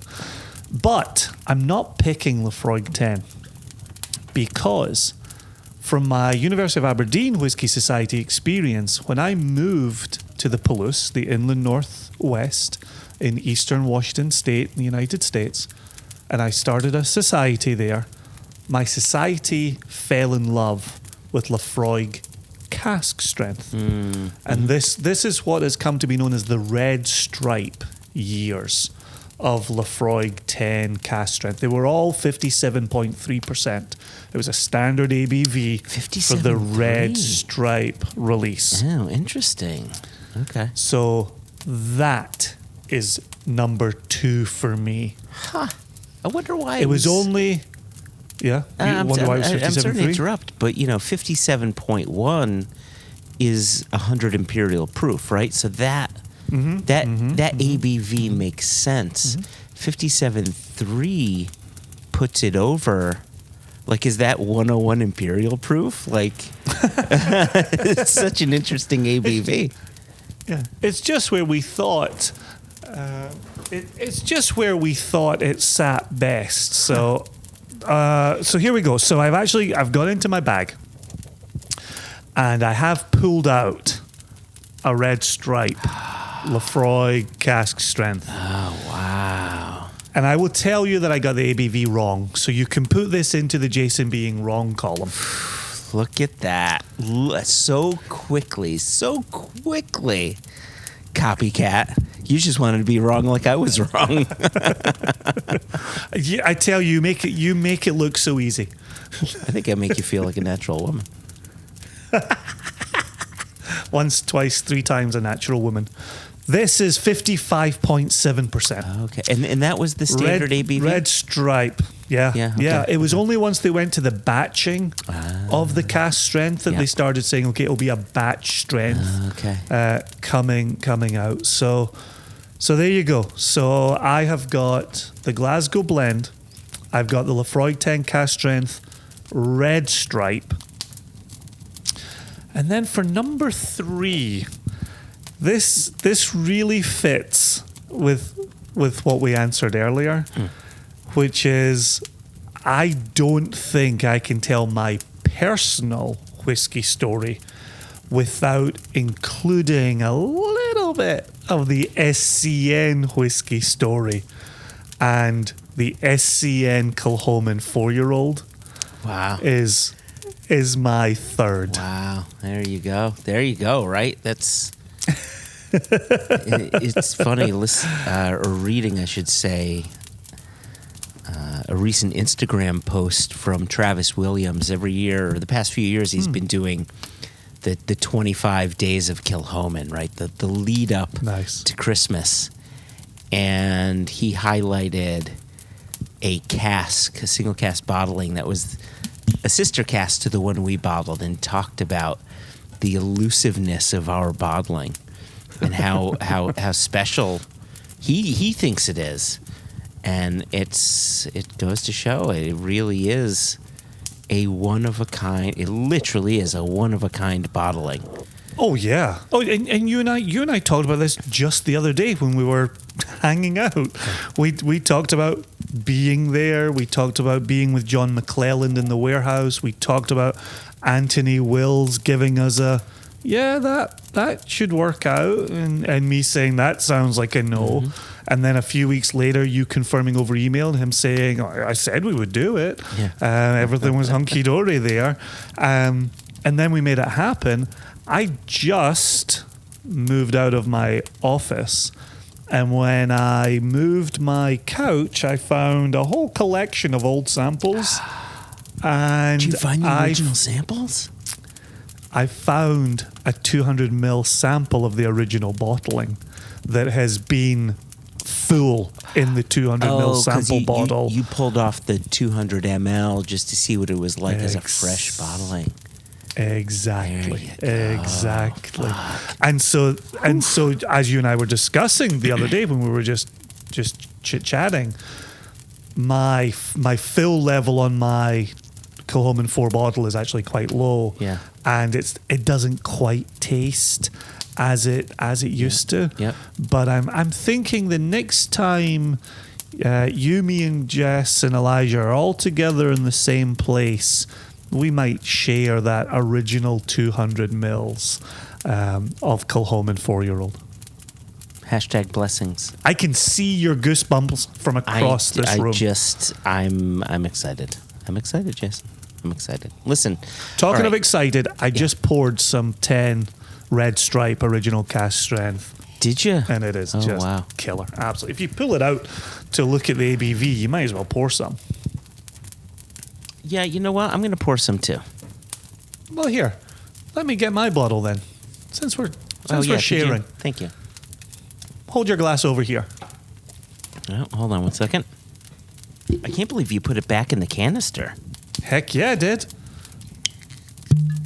Oh, that was a damp squib. Squirt. All right. With my 3 in the books, and you and I enjoying this 10-year-old Lafroig Red Stripe. Which is remarkable. I don't think any of those 3 I just named are any of your 6. Is that right? Correct. Okay. Correct. Yeah, we are not even close. All right. So let's hear your 3, and then let's see if anybody darkens our door. And I do believe that these, well, the first 2 at least, I think are in order of importance on my whiskey journey. And the first one is Lagavulin 16-year-old. It's just, and it's just a remarkable bottling. It's the one that introduced me to whiskey. I've told the story 1,000 times, right? When I was offered whiskey at my synagogue, and the person offering it had a few bottlings, and I asked, what should I try? And he said, do you like sweet, spicy, smoky? And when he said smoky, I didn't realize a smokiness could live in a drink.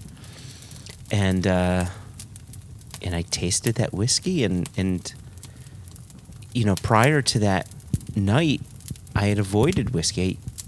I wouldn't say I avoided drinking in the couple years leading up to it, but I avoided drinking for a good part of my life because I didn't like the idea of getting drunk. I was a straight edge kid. I was just like, I don't want anything to cloud my mind, kind of thing.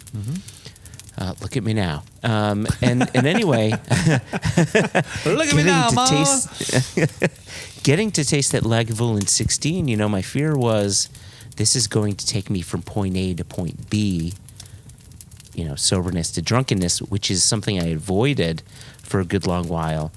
And instead, it took me from point A to a cherished memory of camping with my dad, right? Like, that showed me the power of whiskey, and that bottling is the reason I got into whiskey. Just like with you, no petty, no whiskey journey for you, no Lagavulin 16, no whiskey journey for me. Wild, isn't it? Yeah. And so that was, by the way, that was Bruce Alpert. Yes. You know his wife, Terry. Yes, indeed. Yeah, Indeed. Yep. So that's whiskey number 1. A man of the people with your $100 16-year-old. Carry on. The last, Jason, go easy. Listen, the last time... I wish our listeners could have seen that face. That was so perfect. That was a why I oughta kind of face. Because the last time I bought Lagavulin 16... It wasn't 100. It wasn't 105. It was $49 a bottle. And I bought a 6-pack. And I just said, this is going to last me. Wow. And that was it. So, yes, you know, $300 is a lot to be spending on whiskey. But on 6 bottles of Lagavulin 16, that was a bargain. A, what year was that? And B, how many do you have left? A, that was probably 2013. Okay, good. Maybe 14. It was after Sandy, right? It was after Hurricane Sandy. Yep. So I want let's put it at 2014 just to be safe. And what was the other question? Oh, how many do I have remaining? I have 3 bottles remaining. Interesting. Yep. Because it's a house pour, right? So if you come to my house, you saw the decanter that Heide got me. That's what's in my decanter. There's always Lagavulin 16 in that decanter. Nice one. So that's just my house pour. If you don't like it, I don't know why the fuck you're in my house. I mean, there's Lagavulin 16. And there's nothing else to drink, so it's 16 or GTFO. Yeah, GTFO. So that's whiskey number 1. Whiskey number 2. I think you're gonna like this. Maybe you like this. This was an important one to me. This was a whiskey that became my white whale after reading a review of it on Dr. Whiskey, Sammy Simmons' old blog. And what I liked about the whiskey... Oh, geez. Oh, wow. I hope I'm not conflating this review with another review. But, shit. Maybe I am. But, it's so nice I'm to not going see bring the up that crippling part. self-doubt up close. I don't want to give you a chance to prove that I'm flow wrong through a second you. time. The notes that Sam came up with just made me fall in love. And, you know, one of the things that led me to Sammy's blog was the tasting notes were clear, concise, to the point, with a little bit of fun in there. There's always just a little bit of fun. Absolutely, yeah. And I found early on that my palate really jibed with his palate. So anyway, I found a bottle. I purchased the bottle. And then I had both you and him over my house to open and enjoy said bottle. Mm-hmm. And that is the Glenmorangie Margaux Cask Finish.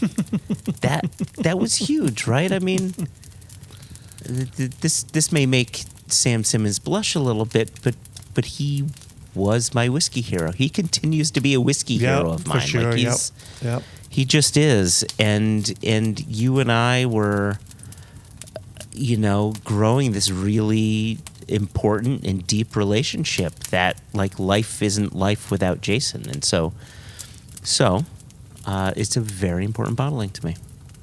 I don't think the listeners can see me getting verklempt, but I will let you know I'm getting verklempt. Please continue.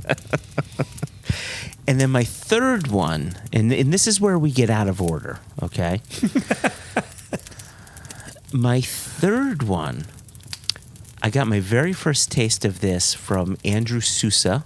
It's a Connecticut guy, Indeed. Bourbon guy. Good lad. Yeah, wonderful lad. And he had me and a few other of our locals up to his house. And I was there on my birthday. And for my birthday, he brought the bottle up and he had me do a bottle pour. Like I took a swig from the bottle. I still have the video of it. But it was the Wild Turkey Cheesy Gold Foil. So good. It's so good. It really is. It's a magical whiskey, and you know, I think our listeners are very clear where our love lies, and you know, I think it's first and foremost single malt Scotch whiskey, followed by single malt whiskey, and that's typically what we talk about. But this was the bottling. Like I love bourbon.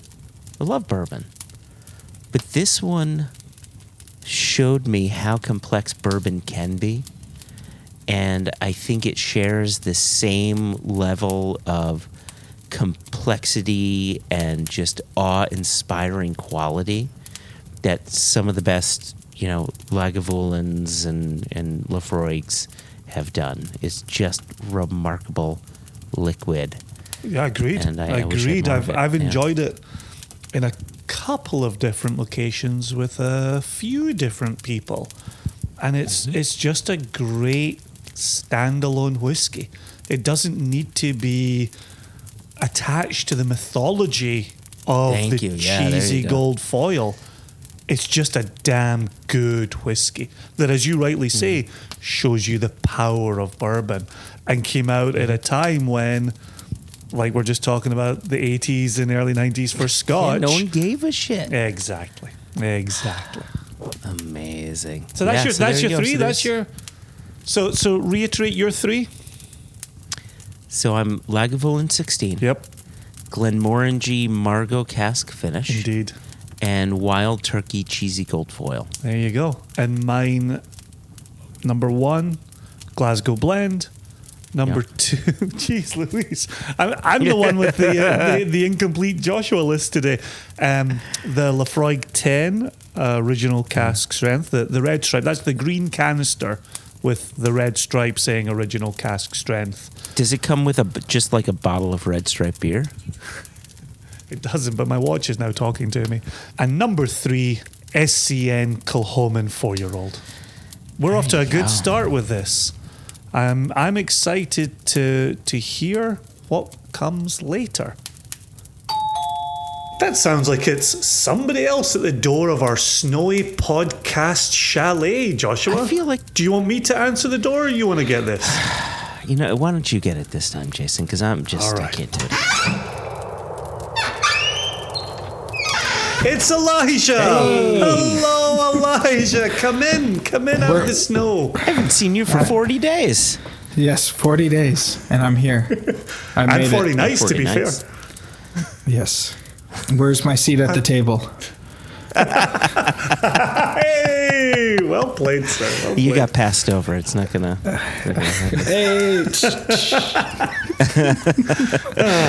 Next year in Snohomish. Yes. You don't live in Snohomish. You don't live in Snohomish? I thought you lived in I live in Snohomish. Snohomish. Yeah. Hey. That's why it's snowing. You said it was snowing earlier. I said, of course it's snowing. Snohomish. You live in Snohomish. Yes. Fantastic. Well, Elijah, you have come here at the perfect time.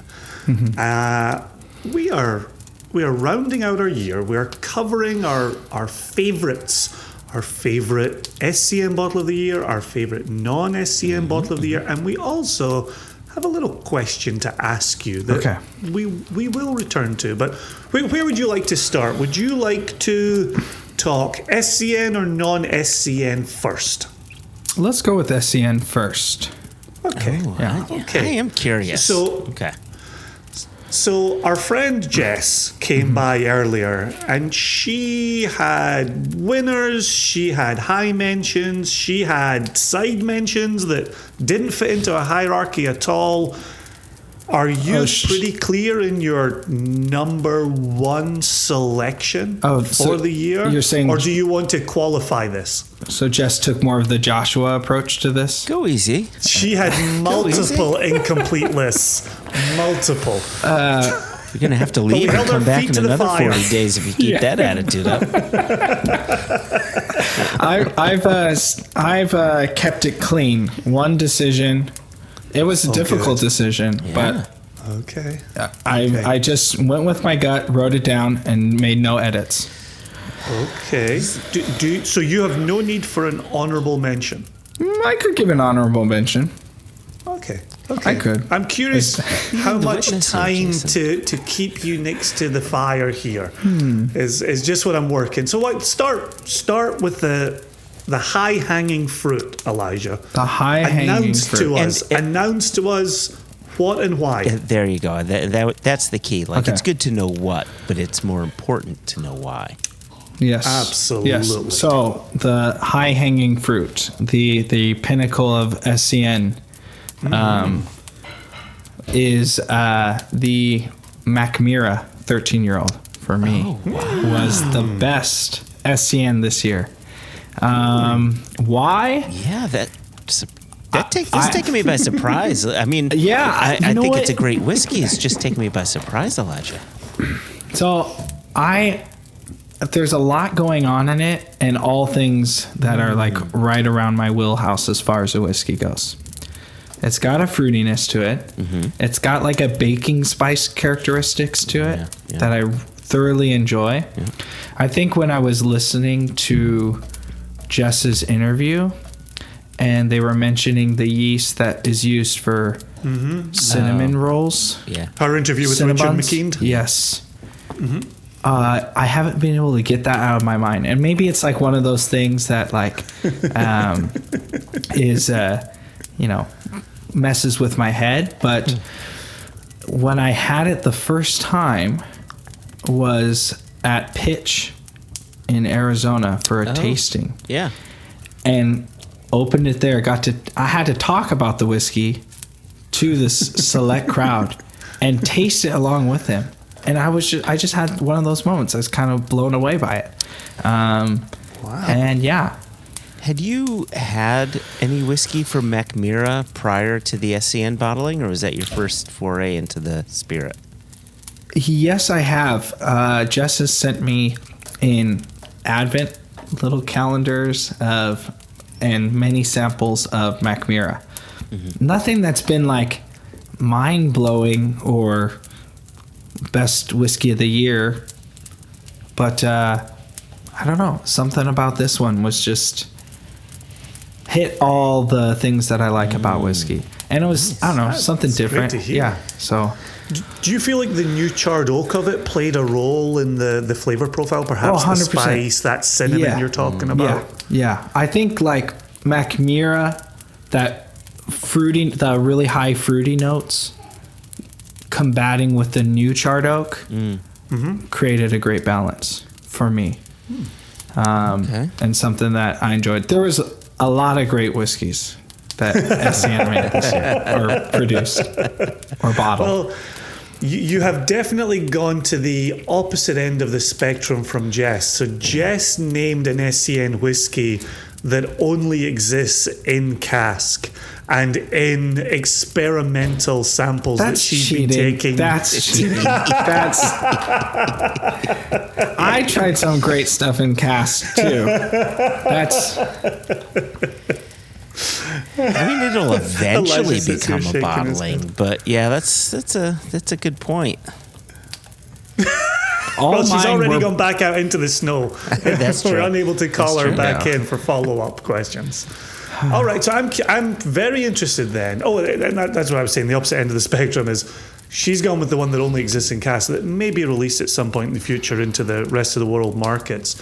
You've gone with something that's still currently available on the website in the United States, and we have not been able to say that for a good number of years. Yes. So that's awesome. Anybody interested in that, please do check out the website. Can you put a little banner on the website saying Elijah's Whiskey of the Year? Oh, Like, you know what? You could do that. Elijah's Elijah's SCN Whiskey of the Year. Yeah. a little rubber stamp. Yeah, but put my face, like kind of crop my face and put it kind of at the bottom of the image. You like send a me little stamp. the picture of the face that you want on there, and we will make that happen. I'm not going to lie to you. People will be like, wow, Jack Black liked that whiskey. I am totally on board. Because he's Nacho Libre? Yes. We've lost him. He's texting. No. So I was pulling up my next or my non-SCN because I didn't want to butcher the name of it. Oh wait. before you go Honorable mention. on to that, yeah, give me an honorable mention. I'm curious what else worked with your palate. You chided Jess for having honorable mentions, and here you. Let's be honest. Jess had 15 honorable that's true. mentions, That's some very of true. which fit the category and some of which didn't. She might be a world judge. She was all over the place. Okay. I'm in so much trouble for all of these words.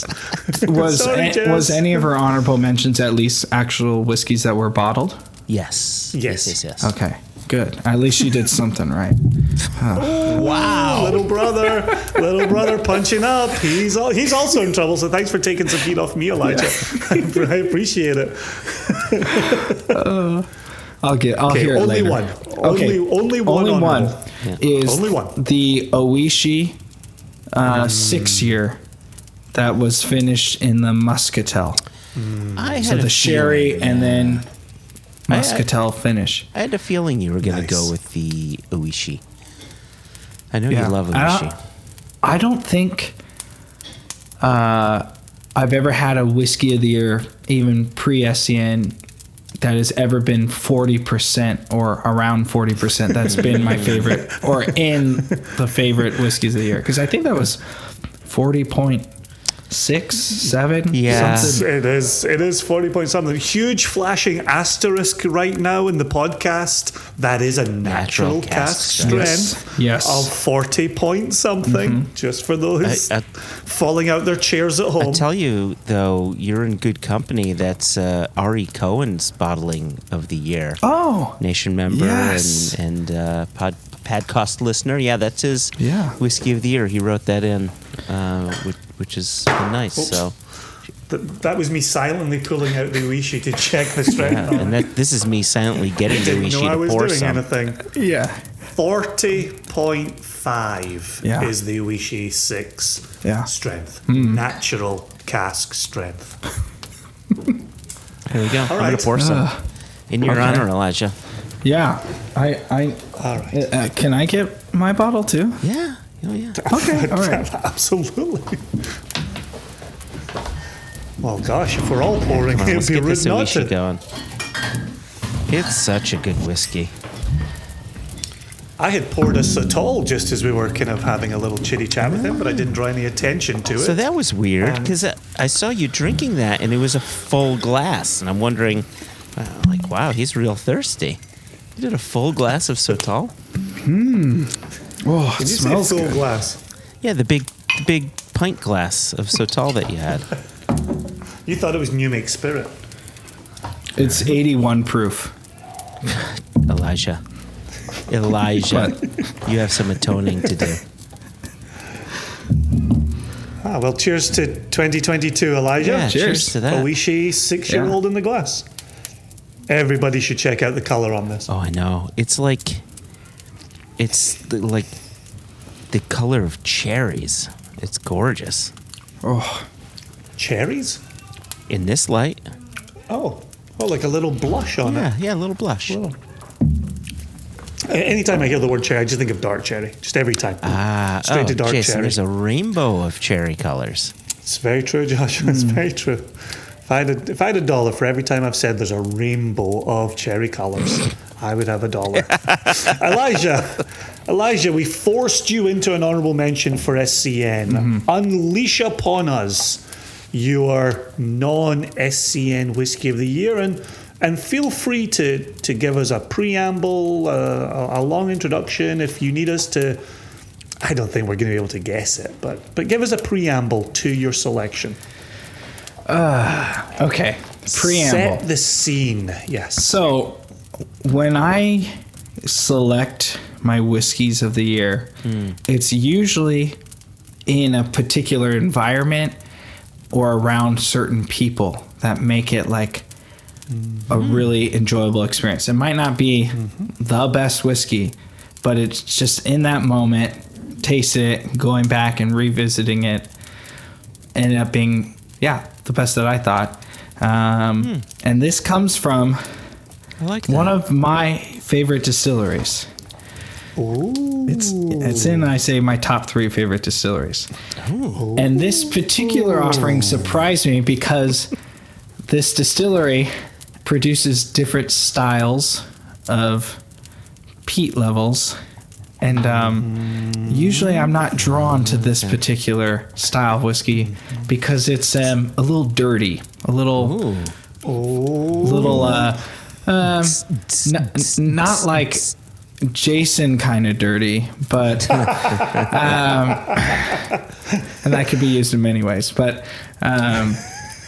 it's a little rough, stinky, big around the edges.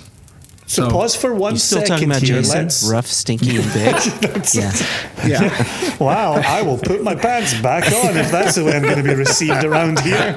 I thought we were all friends in this snowy podcast chalet. Paint the picture for our listeners here. These favorite distilleries of yours, is Kilchoman a favorite distillery of yours? Yeah. That's top 3? Springbank? Yes. Yeah. Okay. A Thrusk. We know you're in a Thrusk pair. Yeah. Are those 3 the top 3? Or those 3 in the top 5? Those are in the top 5. 2 of them are in the top 3. Oh, so a Thrusk is not part of the top 3. It was the part of the top 5 though. All my top 3 involve peat. Okay, so we've got Kilchoman, Springbank, a Thrusk. Joshua, do you want to throw a guess in there? Yeah, I kind of... Because I just named 3 of his top 5 right off the top of my head. But let's see what you've got. So your top 3 are all peated. Are your top 4 peated? No. Okay. So I would guess that, because you're a man of taste, I would guess that number 3 is Lagavulin.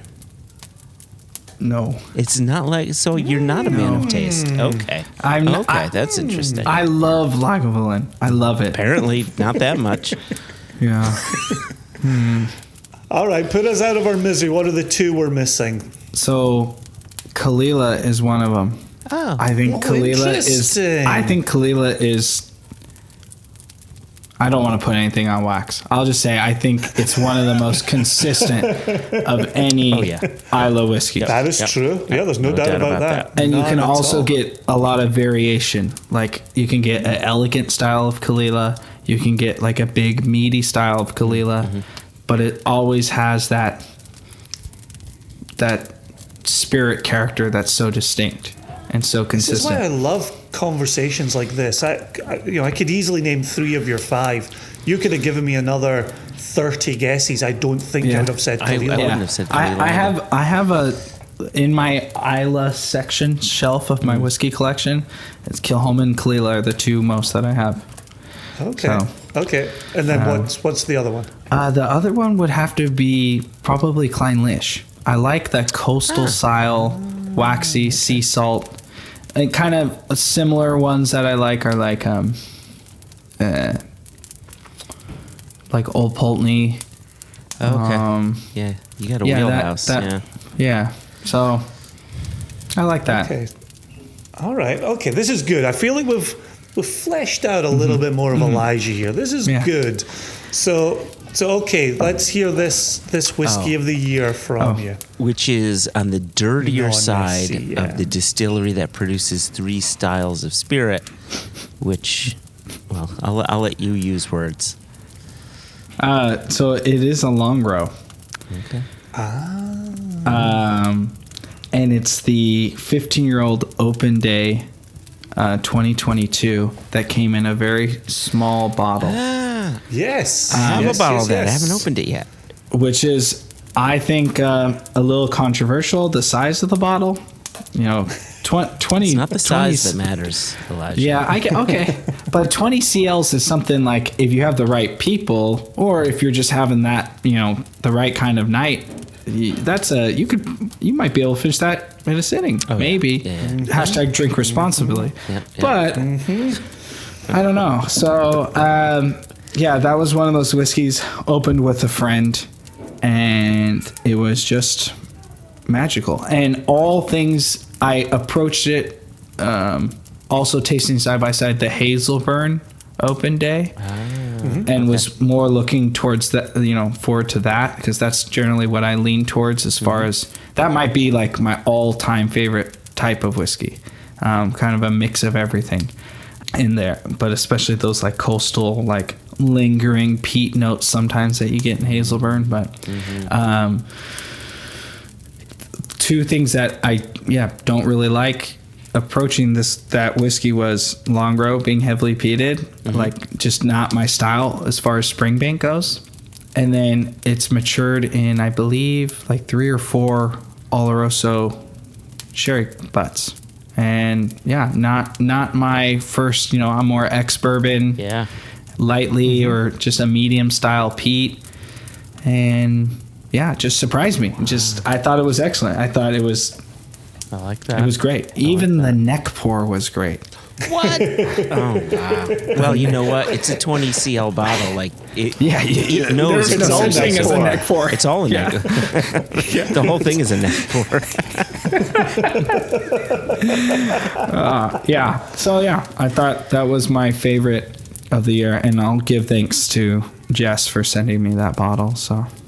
Lovely. Yeah. Oh, very lovely. Yeah. Do you? It's fine if you don't. Is there an honourable mention in the non-SCN category? A close running second?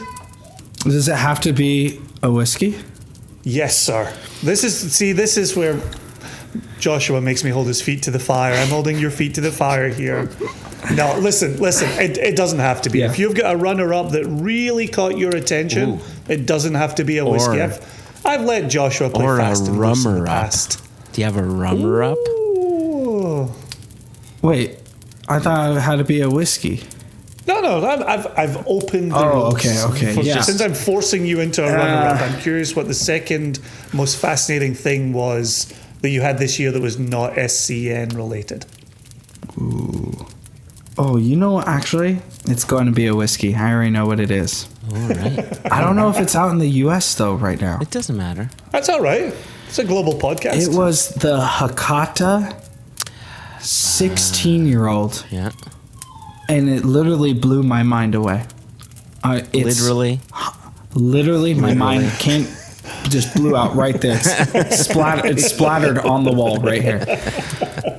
It's 100% barley, but using koji in the fermentation. And I always thought with these like rice whiskeys, Oishi, Fukano, that it was the rice that was the flavor I was attracted to. It's the koji.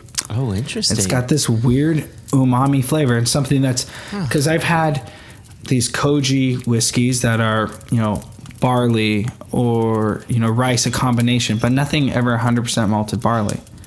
So, I think it's the koji that really carries that umami-like flavor.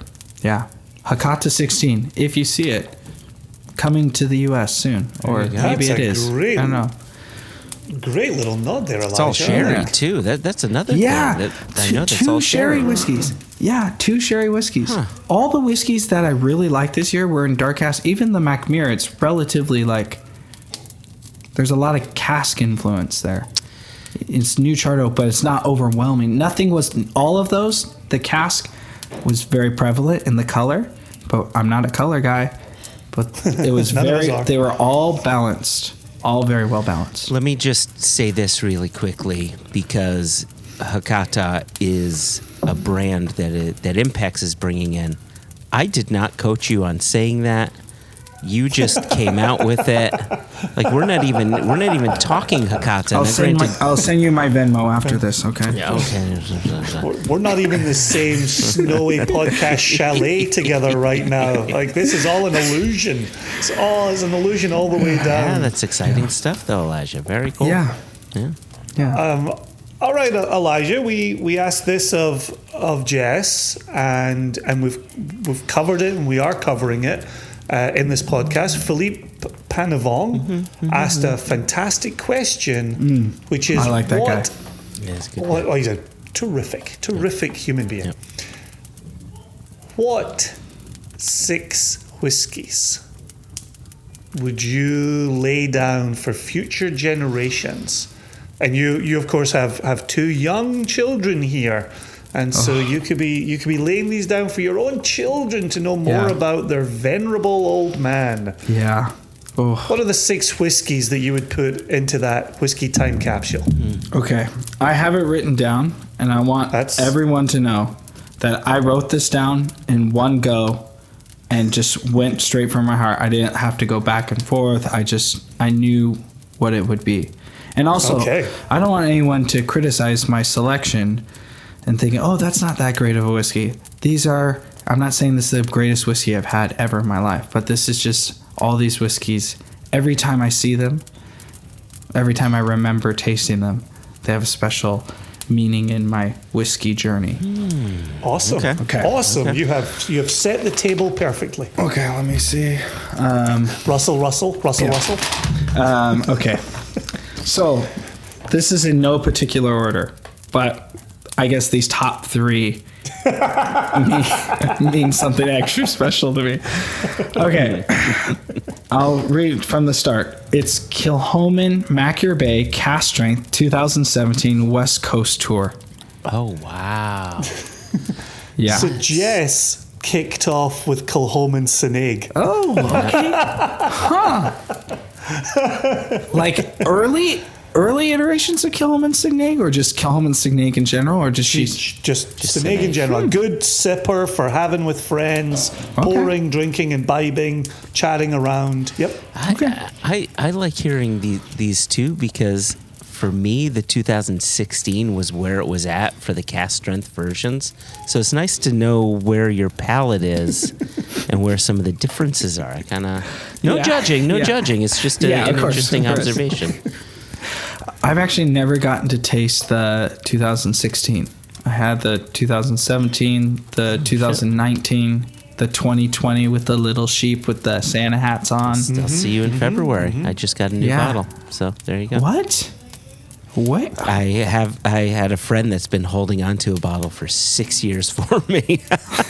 Nice. Wow, commitment. Nice. Wow.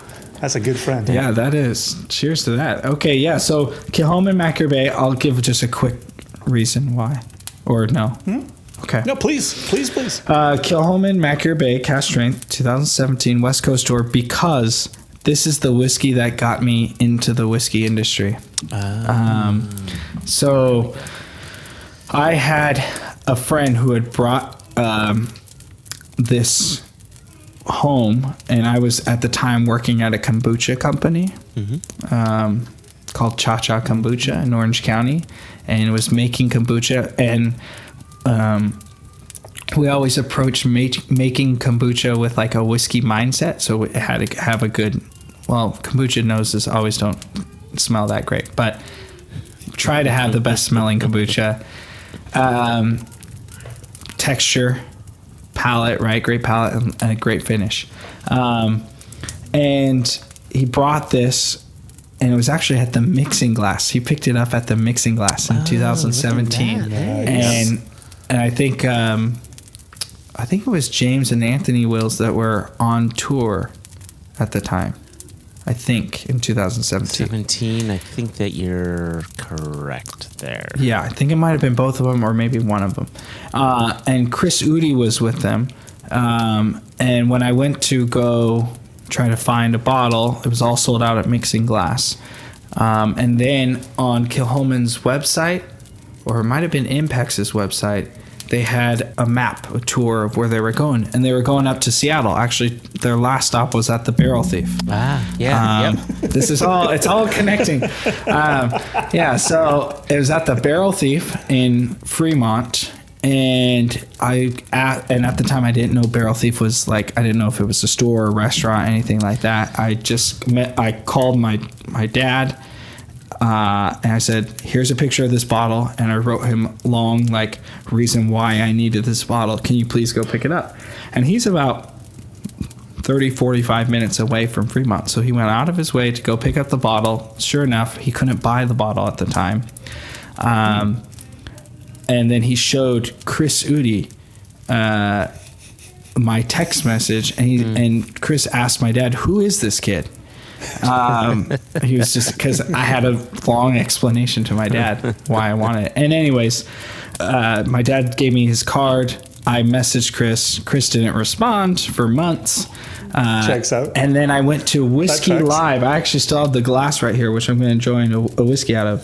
Whiskey Live, which I don't know if that's still around or if it changed its name or something like that. But Whiskey Live in LA, and sure enough, because I had stalked Chris on LinkedIn, I saw Chris's at the booth with Kilholman, and I was like, hey, I emailed you. Can I please try to find this bottle? And I had a little liquid courage in me, and I went up and I also asked him, I'm like, are you hiring? I would like to get into the whiskey industry. On paper, it doesn't look like I know anything, but I think if you take a chance, I think it would be a good thing. Then a few months later, he emailed me back. Months. This is months. This is all months. I'm not afraid to share this. Checks out. Yeah. All this checks out. Yes. Months later, he responds and has me, hey, can you come by the warehouse? I have your bottle. And then, sure enough, when I go and get my bottle and everything, I'm sitting down doing an interview. No preparation, nothing. I'm doing an interview. And then after that interview, he wants me to come back for a second interview. And the rest is history. Wow. But yeah, that's Kilholman getting me into, all because I was just trying to get the bottle.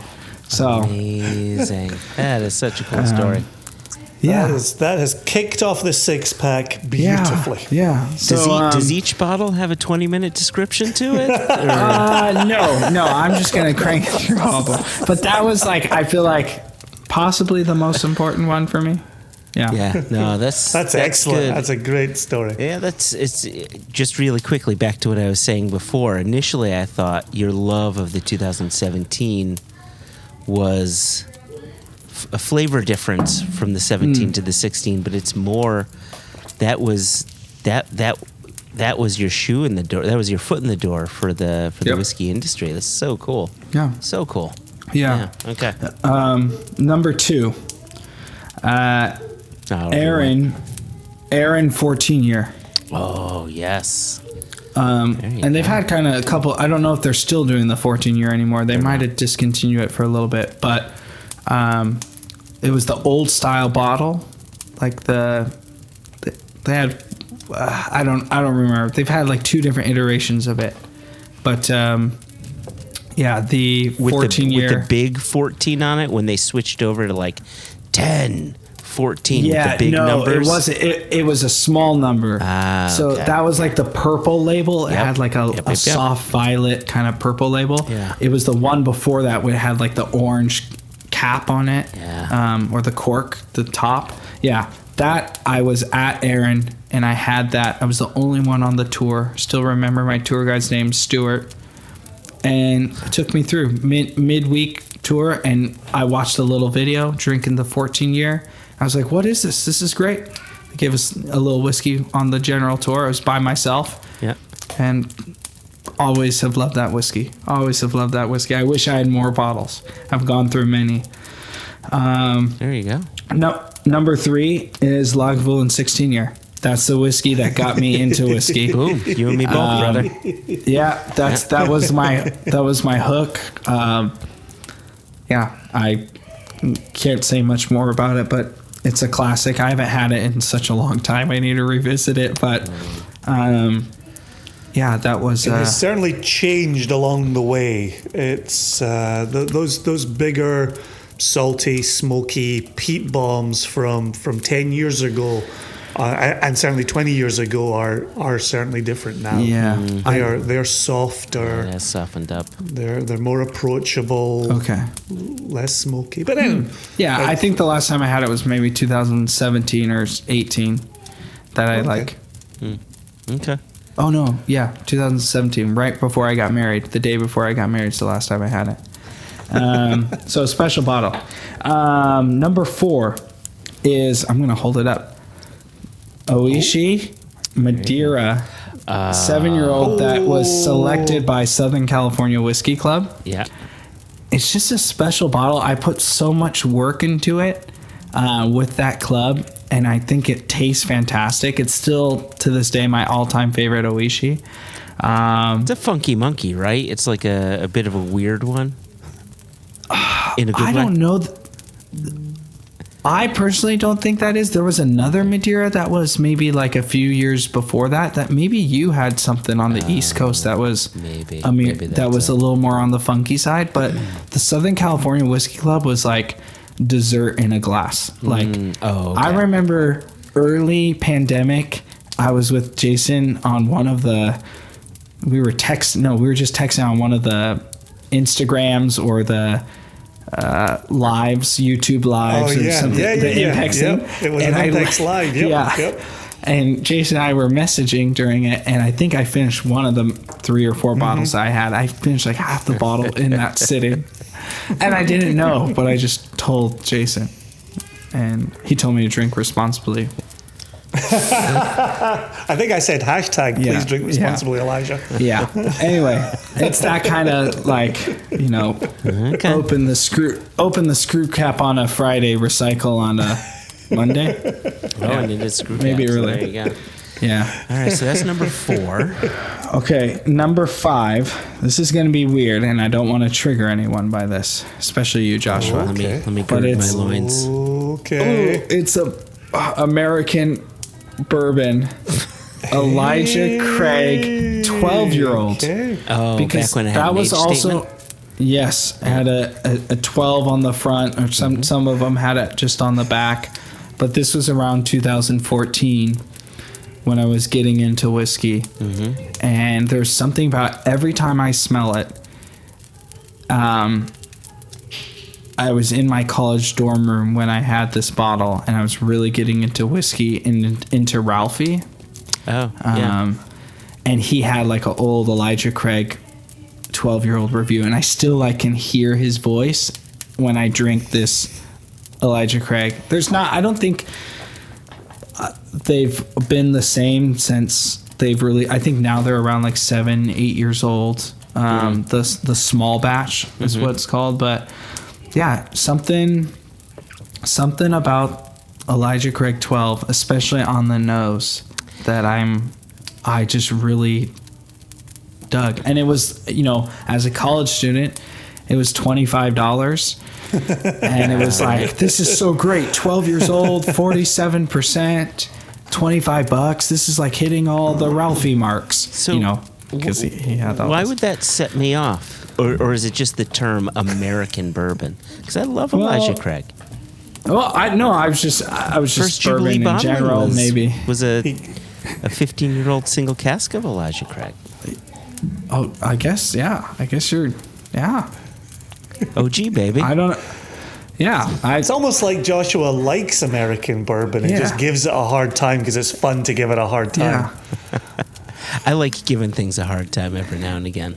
It's fun. Corners of tables. Yeah. Yeah. So that's I don't know, special whiskey for me. The last one, number 6. This one might come as a surprise. It is a single cask nation whiskey. Whoa. And it's probably one that you would not guess. But this is probably my most amount of bottles I've ever bought of one single cask nation whiskey. I think I know what it is. What? Oh, you might think you know what it is, but it's actually something different because of the memories and associations I have with it. That one came in a close, it was number like 7. But this one is a retail release, not an online release. Okay. Oh, the Glenrothes 8 year. What? Yeah, I know. Like when I said earlier about the long row, that whiskey with the right company, it was almost like one of those epiphany moments. Like, how could a whiskey taste this good? And I think I texted both of you guys, and this might have been pre-joining Single Cask Nation. This might have been, I don't even remember when it was. Might have been shortly after I met you, Jason. But I literally said that to my friend I was drinking with. I'm like, how could this be this good? That's what I thought. And it's just one of those ones, every time I go back to it, I don't want to open this bottle because I've already gone through 3 of them, and this is my last one I haven't opened. Wow. If I find another one, I will open it. But it's like one of those that I could put a dent in very easily. I almost sound like I have a drinking problem or something with all these bottles. But You're like a chocoholic, but for alcohol. Yeah. You've got me thinking, actually. I can't think of anything in the last 10 years I've gone through 3 bottles of and have a 4th at my fingertips. Yeah. And I'm looking around, my office here like, I loved that. I loved that. Never went through 3 bottles of it. Yeah. That's an interesting proposition, Elijah. Yeah, I think original bottles, official bottlings, the Lagavulin 16 is probably the most I've gone through, especially early in my whiskey journey. And then, this Glenrothes, for sure, of any independent bottling of, normally I'm on 1 and done or maybe 2 bottles and that's it. But this one, I've gotten multiple bottles of. Wow. Yeah. Awesome. Over the course of years, because it was the part of the first retail release, it was, I believe. 2017. Absolutely, yeah. Absolutely. So I had a few of them. So you said you just sat down and you wrote these 6 bottles in a one.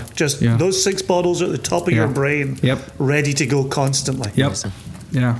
That's really cool. All stuff that has a meaningful, that's been meaningful to my whiskey journey.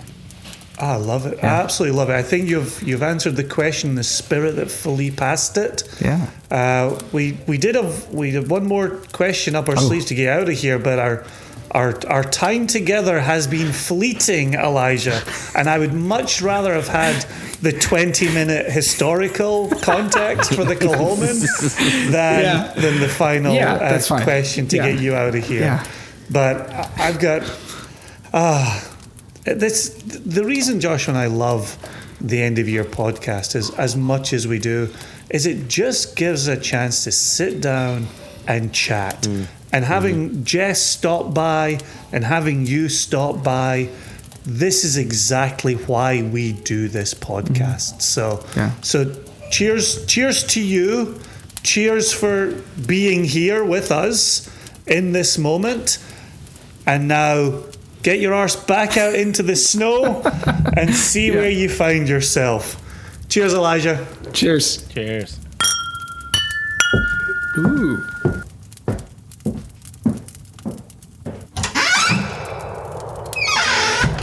It's amazing that Elijah came up here. Like that's a boy who likes warmer weather, I think.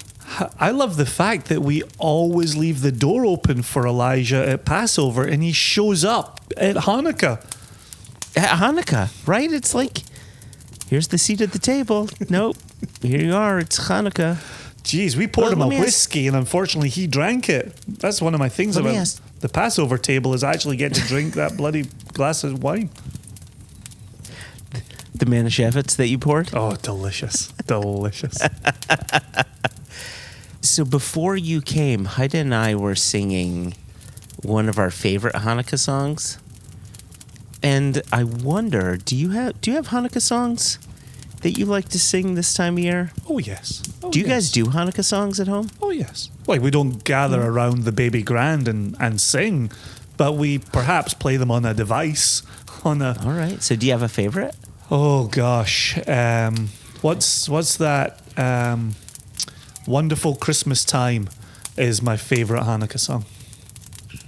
Oh yeah, that's simply having a wonderful Hanukkah time. Dun, dun, dun. I'll be honest, I don't necessarily have a favorite, but in our house we will play the Maccabeats, who they're almost like the Jewish Weird Al. See what I did there? That's totally it. Yeah, the Jewish Weird Owls. Yeah, who is also Jewish, by the way. But anyway, here we go. They're the religious Weird Owls. There you go. and so they'll take common songs and put Hanukkah specific lyrics to them. And the one about flip the dreidel, spin the dreidel. The one about spin the dreidel always gets my attention. I just can't believe like they converted NWA's "Fuck the Police" for that. Hell of an It's just achievement. amazing. Hell of an achievement. Yeah, amazing. They're masters. So you and Heide and the girls clearly have a favorite. Well, we do. So before you knocked, we were singing what is our favorite. But I often think about that, right? I think holiday music can be fun. It can be annoying. Like I like a little bit of Christmas music every now and again, but not to be bombarded. But it does make me think, like are there fun Hanukkah songs people like? I don't know anything about Kwanzaa, but I wonder if there are great Kwanzaa songs that people gather to sing. Yeah, good question. I just back to what we were saying when we opened this up it's that spirit of it's that holiday spirit, right? It's that there's this special feeling regardless of what you celebrate. And I like that there's music associated with these holidays regardless of what your beliefs are. Yeah, I feel like we accidentally got lucky in Scotland, where I grew up, in a family and cousins and aunts and uncles, and we always wished each other a happy festive season, right? Warm wishes for a festive season. And it clearly meant Christmas and New Year, because that's what we had in Scotland. Sure. But to be in America and to have a multicultural family and multicultural friends, you can still say warm wishes for a festive season. And it's Christmas and Hanukkah and Kwanzaa and Thanksgiving and New Year and end of season and winter solstice. It's the whole shebang, right? And it's what you and I started talking about today. It's the end of the year. It's a chance to sit and dram and visit with people and chat and catch up and look forward and look backwards. It's all magnificent. It's all tremendous, and I love it. I love every bit of it. So, to see Elijah here, to get to wish him a Merry Christmas for his family, and hoping they travel safely and come back safely. Jess heading down to England after being here in our Swiss chalet. I say ours. I know it's yours and Heide's, but it feels like ours. It's really wonderful. So that in looking backwards, Joshua, and Elijah just told us about his long row that came out of the festival season. See what I did there? Festival. Oh yeah. Came out of the festival season. I'm very curious. You and I alluded to this in our last episode of Extra Extra. That we haven't been dipping into every new release in 2022. Correct.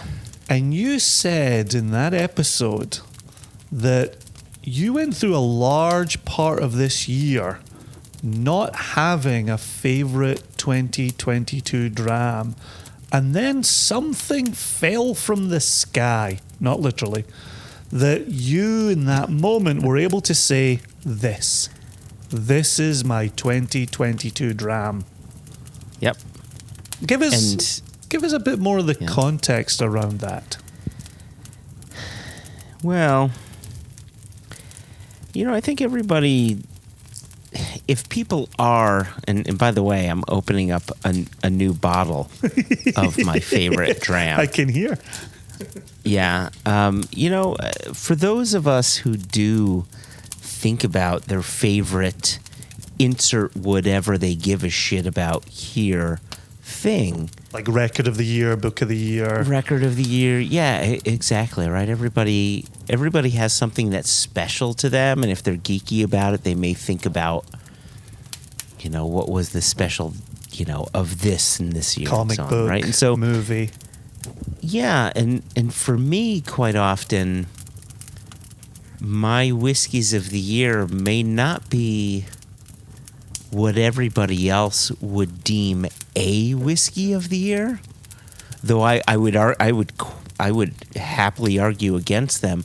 But my approach tends to be the whiskey that caught me off guard, the whiskey that's that a nice way of putting it. I like that. Right? Yeah, right. If it introduced me to new flavors or proved me wrong, right? Like, we make no bones about it. Neither you nor I really have a palate for Jura or Fettercairn, but if we found a Jura or Fettercairn that we really liked, we'd say, dude, you got to check this out, right? And so it's those types of whiskeys that really make you take notice. And so for me... For sure, yeah. Oh my God, are you going to announce a Jura this episode? I'm not announcing a Jura. Okay.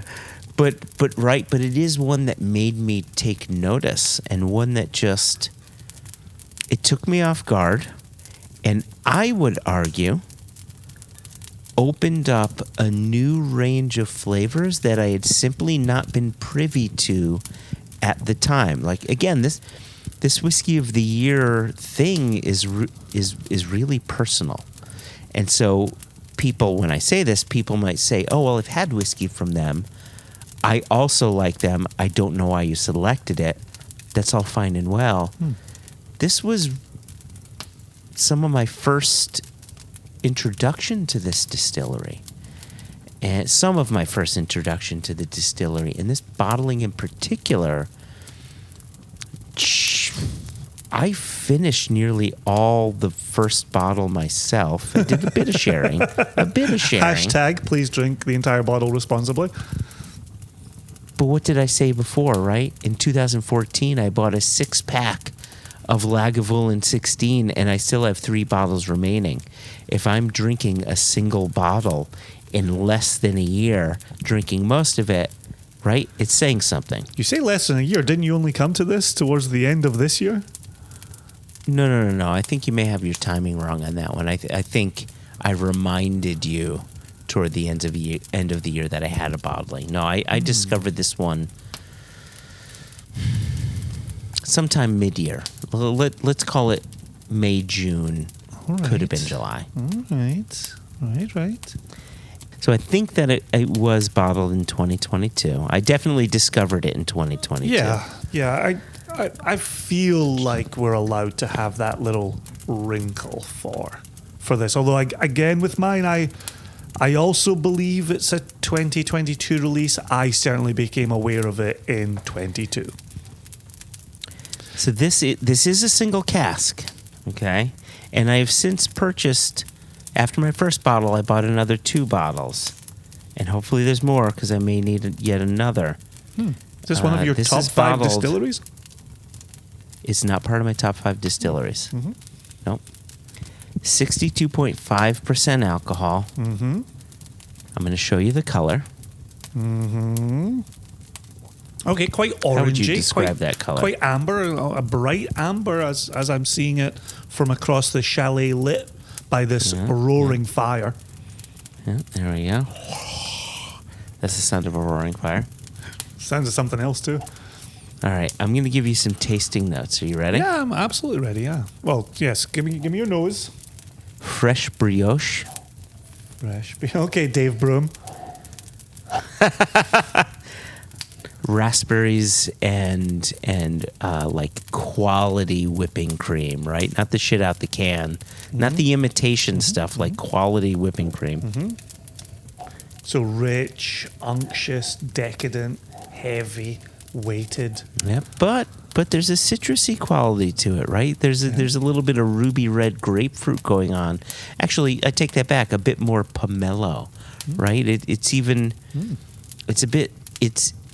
it's sweet like ruby red, so not as tart as normal grapefruit, but a bit more gentle, not as intensely sweet, so it's more pomelo. I would argue that there's, in addition to real raspberries, there's imitation raspberries going on in here, like Red Hot Dollars, those Heide candy Red Hot Dollars. And maybe some spiced gumdrops. That's the nose. That sounds tremendous. Good grief. All right. Am I going for the palate? Yeah. I'm curious about category on it. I'm also curious about how it came into your life. This came into my life. So let me paint the picture. I first tasted whiskeys from this distillery in 2021. And I visited the distillery in 2021. And getting to taste their whiskeys, right? It's one of those rabbit hole moments where you say, oh, that's nice. That's different. Let me do some investigative work. And I happen to know one of the people that was part of the selection process for this cask. And I don't know this person very well, but well enough that I know this person has good taste, or I think they have good taste.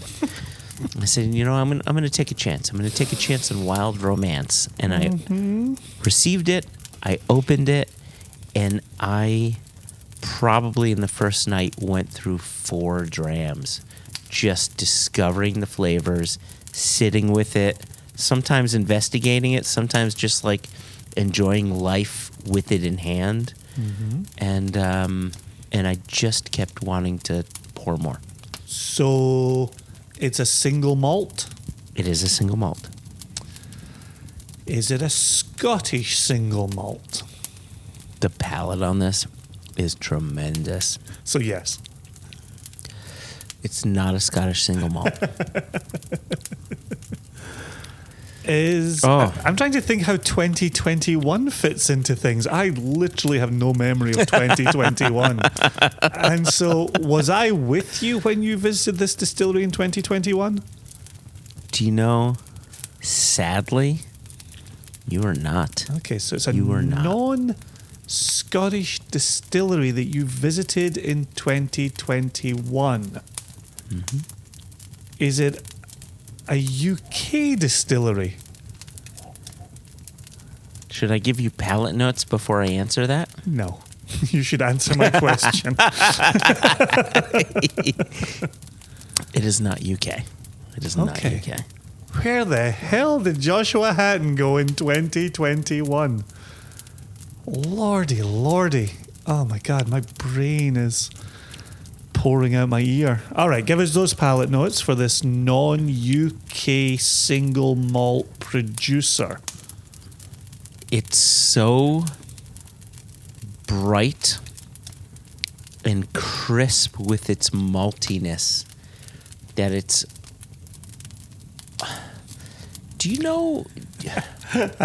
I know exactly which single malt producer you visited in 2021 without me.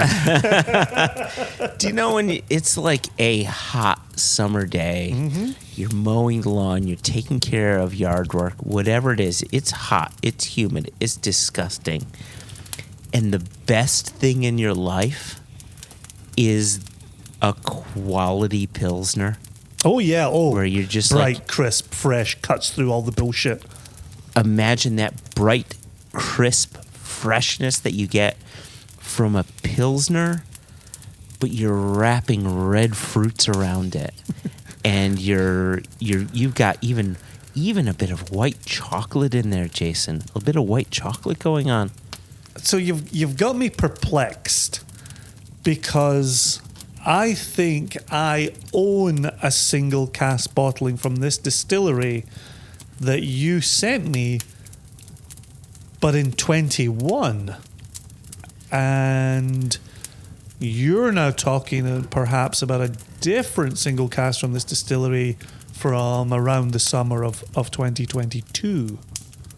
You said it earlier where you didn't really know if this whiskey was a 2021 or a 2022.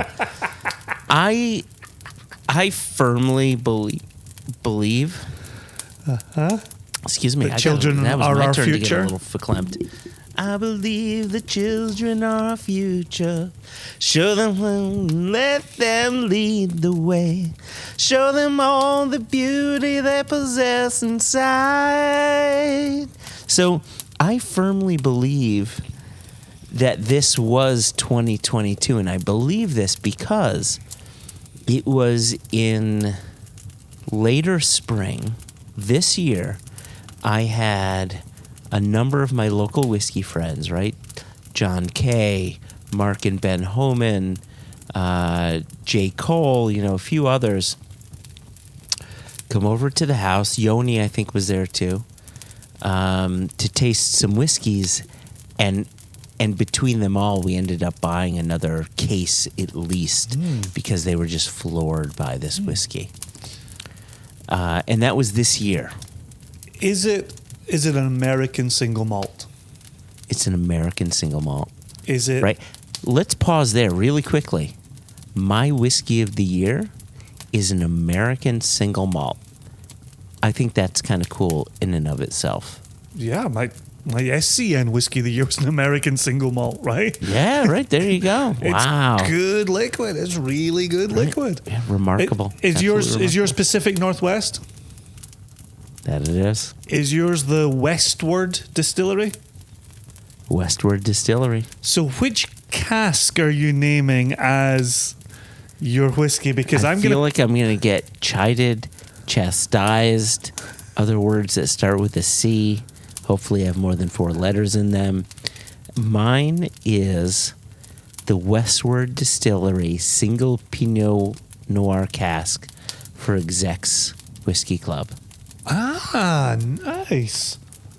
Yep. Nice. Yeah, okay. That's Yep. not the bottle that I've got sitting in my bag here. Oh, thank God. Oh, my gosh, Jason. It is absolutely remarkable. Are you sure I didn't get you a bottle of this? No, you didn't. You've only got me the one Westward, and I'm looking at it in my bag right now.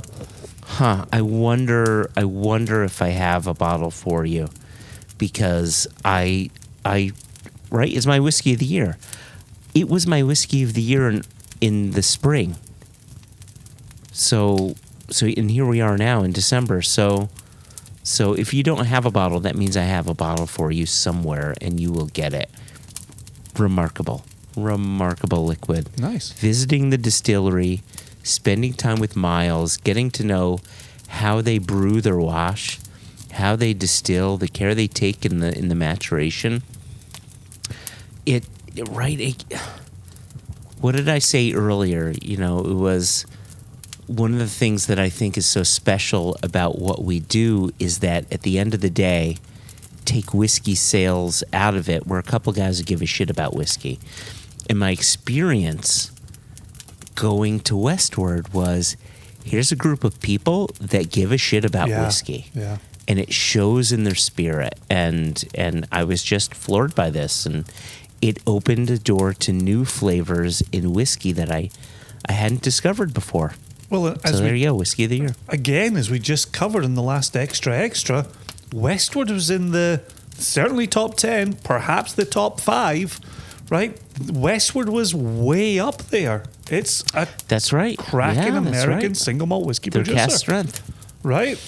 There you go. Yep. Remarkable stuff, man. Yeah, good selection. And Yeah. I'm glad I don't have one in my collection, because with all of my downsizing, I can add a new bottle. Huzzah! All right, what's your whiskey of the year? I mean, here we are. I waxed lyrical for quite some Yeah. time. Most of it didn't even rhyme, despite the lyrical quality of it. Which is how I know it's not true, because none of it rhymed. Because it didn't rhyme. There's my color for All right. you. Look at that. Okay, so that Oh. looks like Oh, That looks like first fill bourbon goodness. So such Bright, reflective bright gold even quality, even a amber. Yeah, fleck of green in it if you really use your green in imagination. Bring it closer to me. I want to see that green if I can. Yeah, it's tough to tell on your side of the chalet. I guess I could be convinced. Yeah, the fire's refracting in a funny way. I always say that about fires. They're always refracting. Refractors. Mother refractors? Mm-hmm. All right. So it's bright, it's gold, it's glistening, it's reflective. But back to the whiskey. Oh my gosh, this Westward is... I'm pouring more, Jason. It's just so fucking remarkable. My gosh. So I tell you, just really quickly, hold on. I know you need to talk about yours. The gentleman that I mentioned before, I didn't give his name, is Fernando Castorena. Indeed. Hopefully I pronounced Nando's last name right. But he's the guy who's at the helm of Exec's Whiskey Club, and I know he had a part in the selection of that, so I just wanted to put Fernando's name on this, Nice. that he is responsible for my whiskey of the year. Well, just remarkable stuff. He chose a terrific Torridon from us, so I'm glad to hear he's choosing an excellent Pinot Noir Hey, yeah. from Nice Westward. connection. There you go. All right, well, hold on to your seats because my caveat is the same as your caveat, which is I believe this was released in 2022. I know for sure I only encountered it in 2022. So I'm using that as my get out of jail free card. You've got... Was it Loch Dew that was released sometime in the 80s or 90s, Jason? You've got a lovely golden color to it. The nose has got this wonderful sweet malt to it. Lovely, lovely cereal notes. There's some bright fruit in there as well. Maybe white stone fruits going on. When I poured this, the oil is remarkable. Absolutely remarkable.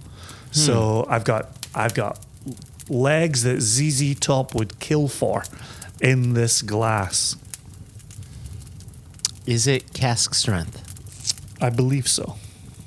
50, yes. 50 plus.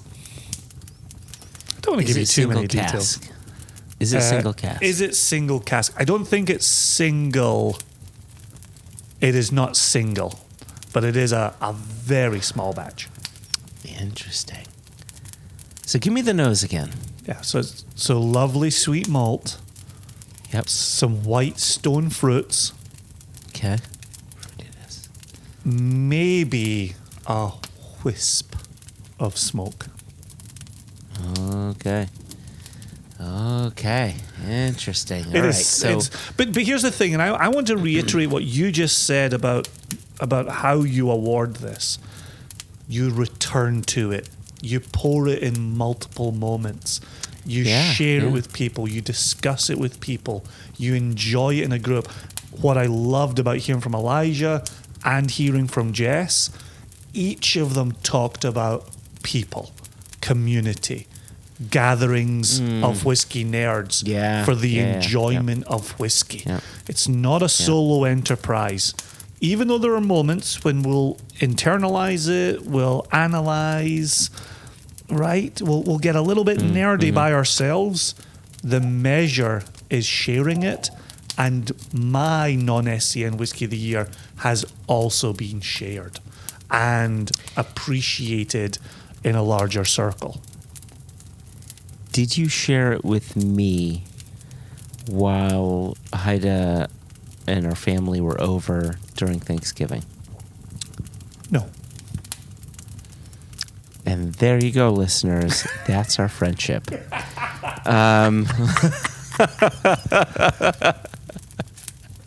This is what it looks like and sounds like when neither of us gets verklempt. This is the sound of not getting verklempt one goddamn bit. Interesting. Okay. So The palate, it's sweet and malty. the palate has a sweetness to it. And again, again, even though we closed the door on Elijah a wee while ago, I'm still getting a bit of a chilled whiskey here. This one also needs a little bit of a cupping to let a few more bits and bobs out of it. It has a salinity to the palate. All right. That it almost has a preserved lemon quality going on. When you take the citrus and you take that syrup and you take that saltiness and it all comes together, that's what I've got going on the palate. I did a huge hat and pour on this and I've almost finished it. So is this like the smell you'd get like if you squeeze the lemon till the juice runs down the leg, like Robert Plant always talks about? Robert Plant knew. He absolutely knew. My whiskey of the year could easily be his whiskey of the year. Oh, there is a bit of peat as well across the palate and even into the finish. Yeah. There's an earthiness to it that balances some of the sweet, some of the citrus. The bright also brings a little bit of the dark. Yeah. Every time I finish a dram of this, I pour another one. Which sounds impossible. But not for guests. You would run out. You would run out of the bottle real quick. Guests. Yeah, got it. Not for like best buds or anything. Okay. So my guess is that it is a Scottish single malt. Negatory. It is not a Scottish single malt. Is it a single malt? In Spanish. Is it a single malt? It is a single malt, yes. It is a single malt. Okay. And it's not Scottish. But there's a hint of peat going on. But it sounds young because you're getting sort of a bigger malty presence. Yep. It is a non-age statement, but my understanding is it would be young. Is it from a country outside of the U.S.? Mm-hmm. Oh my God! Is it from Eretz Yisrael? It is. It's from Israel. This is an M&H. It is. Your whiskey of the year is an M&H whiskey, and was it bottled by us? Nope. Okay, it wasn't bottled by us. it's my non-SCN whiskey of the year. But I would. Here's the thing, though, and I thought about. Jason, hear me out. Like Single Cask Nation is a very small part and parcel of the larger whiskey world. And I wonder if we would ever run into a scenario where our SCN whiskey of the year is also simply our whiskey of the year. Well, doesn't fit within the rules we set up for our own game, but it doesn't fit the rules that we set up for our own game, but it does fit the rules that we set up for why we bottle, right? It's shit we fall in love with. So, I mean, it does fit a set of rules. And I was going to add this earlier, and I think Jess certainly illustrated this point. Not being up to date on every release that's happened in 2022 is so strikingly different from having tasted hundreds of cask samples. And to know what's happening at that distillery that hasn't been released, and this distillery that hasn't been released, and this other distillery that hasn't been released, right? It's a very different world when you're experiencing hundreds of single cask samples in your #humble brag compared to, oh, that's what Balvenie put out. Oh, that's what insert here, Kilchoman put out, Penderyn put out, right?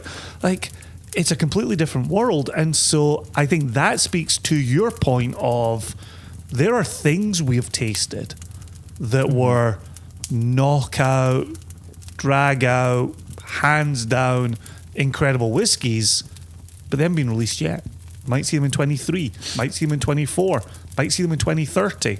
So this distillery is an example of a place where we know lots about what's happening in the warehouse, but we can only name a whiskey from what has actually been put in bottle and put into the marketplace. There you go. Okay. Yep. All fair stuff. All makes sense. Good. Okay, so first off, I love last year my whiskey of the year. Despite me saying I can't pick an Impex whiskey, a whiskey of the year from the Impex portfolio, I picked M&H Pomegranate, and I stand by that just as a whiskey lover. I love that you now have picked an M&H for your whiskey of the year. Small batch, so it tells me that it's likely an Apex bottling. It is an Apex bottling. And I want to say it's one of two. Can you show me the color once more? Oh, you could look at my empty glass. Wow, you really did like that. There's a hint of peat, so it's got to be, Jason. It's got to be the Dead Sea. It is not. It's not the Dead Sea. Okay, so when I first looked at the color, peat aside, it looked similar to the color of the cognac bottling. Mm-hmm. Apex Cognac, which is from RØDE, which is a kosher cognac producer. And it's not the Dead Sea. And again, the reason why I thought it could have been the Dead Sea was because the Dead Sea did have a peated cask in there, if I recall. A slightly peated Apex, but it just put me out of my misery. Jason, what is it? He poured more. So Yeah, just so I could show you the color again. So it doesn't look like the color of the fortified red wine, which has a peatiness to it, despite it being peaty. What is it, Jason? Do you want to know why I didn't share this with you when you and your lovely, lovely family visited for Thanksgiving? Oh my gosh, Jason, I know what this is. Holy And why? shit. Tell our listeners, Joshua, why did I not pour this for you when you visited at Thanksgiving? Because I think I own the bottling already. And we poured it at Jack Rose At Jack with Rose. various friends. Yes. Roberto, Brian, Amy, you, me, David actually already left at this point, so I will not name drop Dave. I will not name drop Dave Broom at this point. Well, he totally name drops Dave Broom, but go on. This is the M&H Apex release X Alba cask, which means a lot to a young fellow like myself. That is a 700 ml bottle that you acquired for me, and on the day, November 5th, 2022, in Washington, D.C. at Jack Rose Dining Saloon, in the presence of friends, I said, you must acquire a second bottle of this for me. That I did.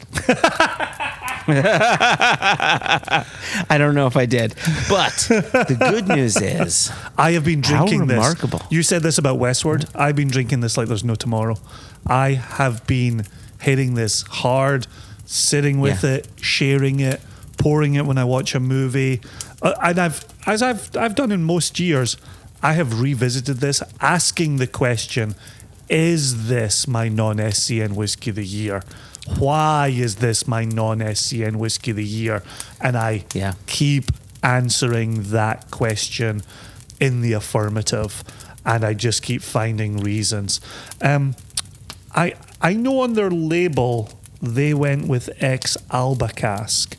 I know we have white American oak. I know we have spoken off the record with friends about the source of that cask, or the supposed source of that cask. Are we able to reveal that on the podcast? Yes, you are. It was two casks married together that previously held Lechig, right? Which is unbelievable. It totally makes sense now. Unbelievable. which is exactly why we poured it for Roberto at Jack Rose. Roberto and I he's a Lechig fetishist like you, isn't our he? big Lechig guys, absolutely. And our Lechig palates tend to jive. And he, and we always speak honestly on the podcast, he's an M&H skeptic. he's a Scotch guy through and through, and he likes older Scotchies as well. He likes some good sherry maturation on those Scotchies, but you know, he also likes his Lechigs.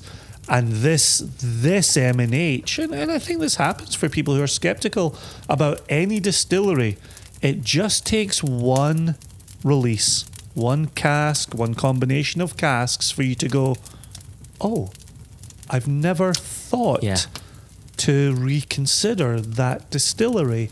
And today I'm reconsidering that distillery. And Roberto got that moment with this bottling. To me, that speaks to a bottling of the year, right? Enjoyed as a group, discussed as a group, surprised a group, and got a skeptic to say, I'll reconsider that distillery going forward. I will have a much more open mind because I tasted this. I think that's excellent, and that's why I love the community aspect of whiskey. And you'd said it in your preamble as well, right? If we found a good Jura that fit our palate, if we found a Fettercairn that fit our palate, we'd sing its praises. We'd be on top of a mountain. It could be almost cathartic, right? To not just find out that you've been, I wouldn't say that you've been wrong about something, but that you've taken a stance, and now you've seen that's been challenged, and you can say, okay, things are different now, and I thought about things one way, now I think about them another. 100%. That's how we grow.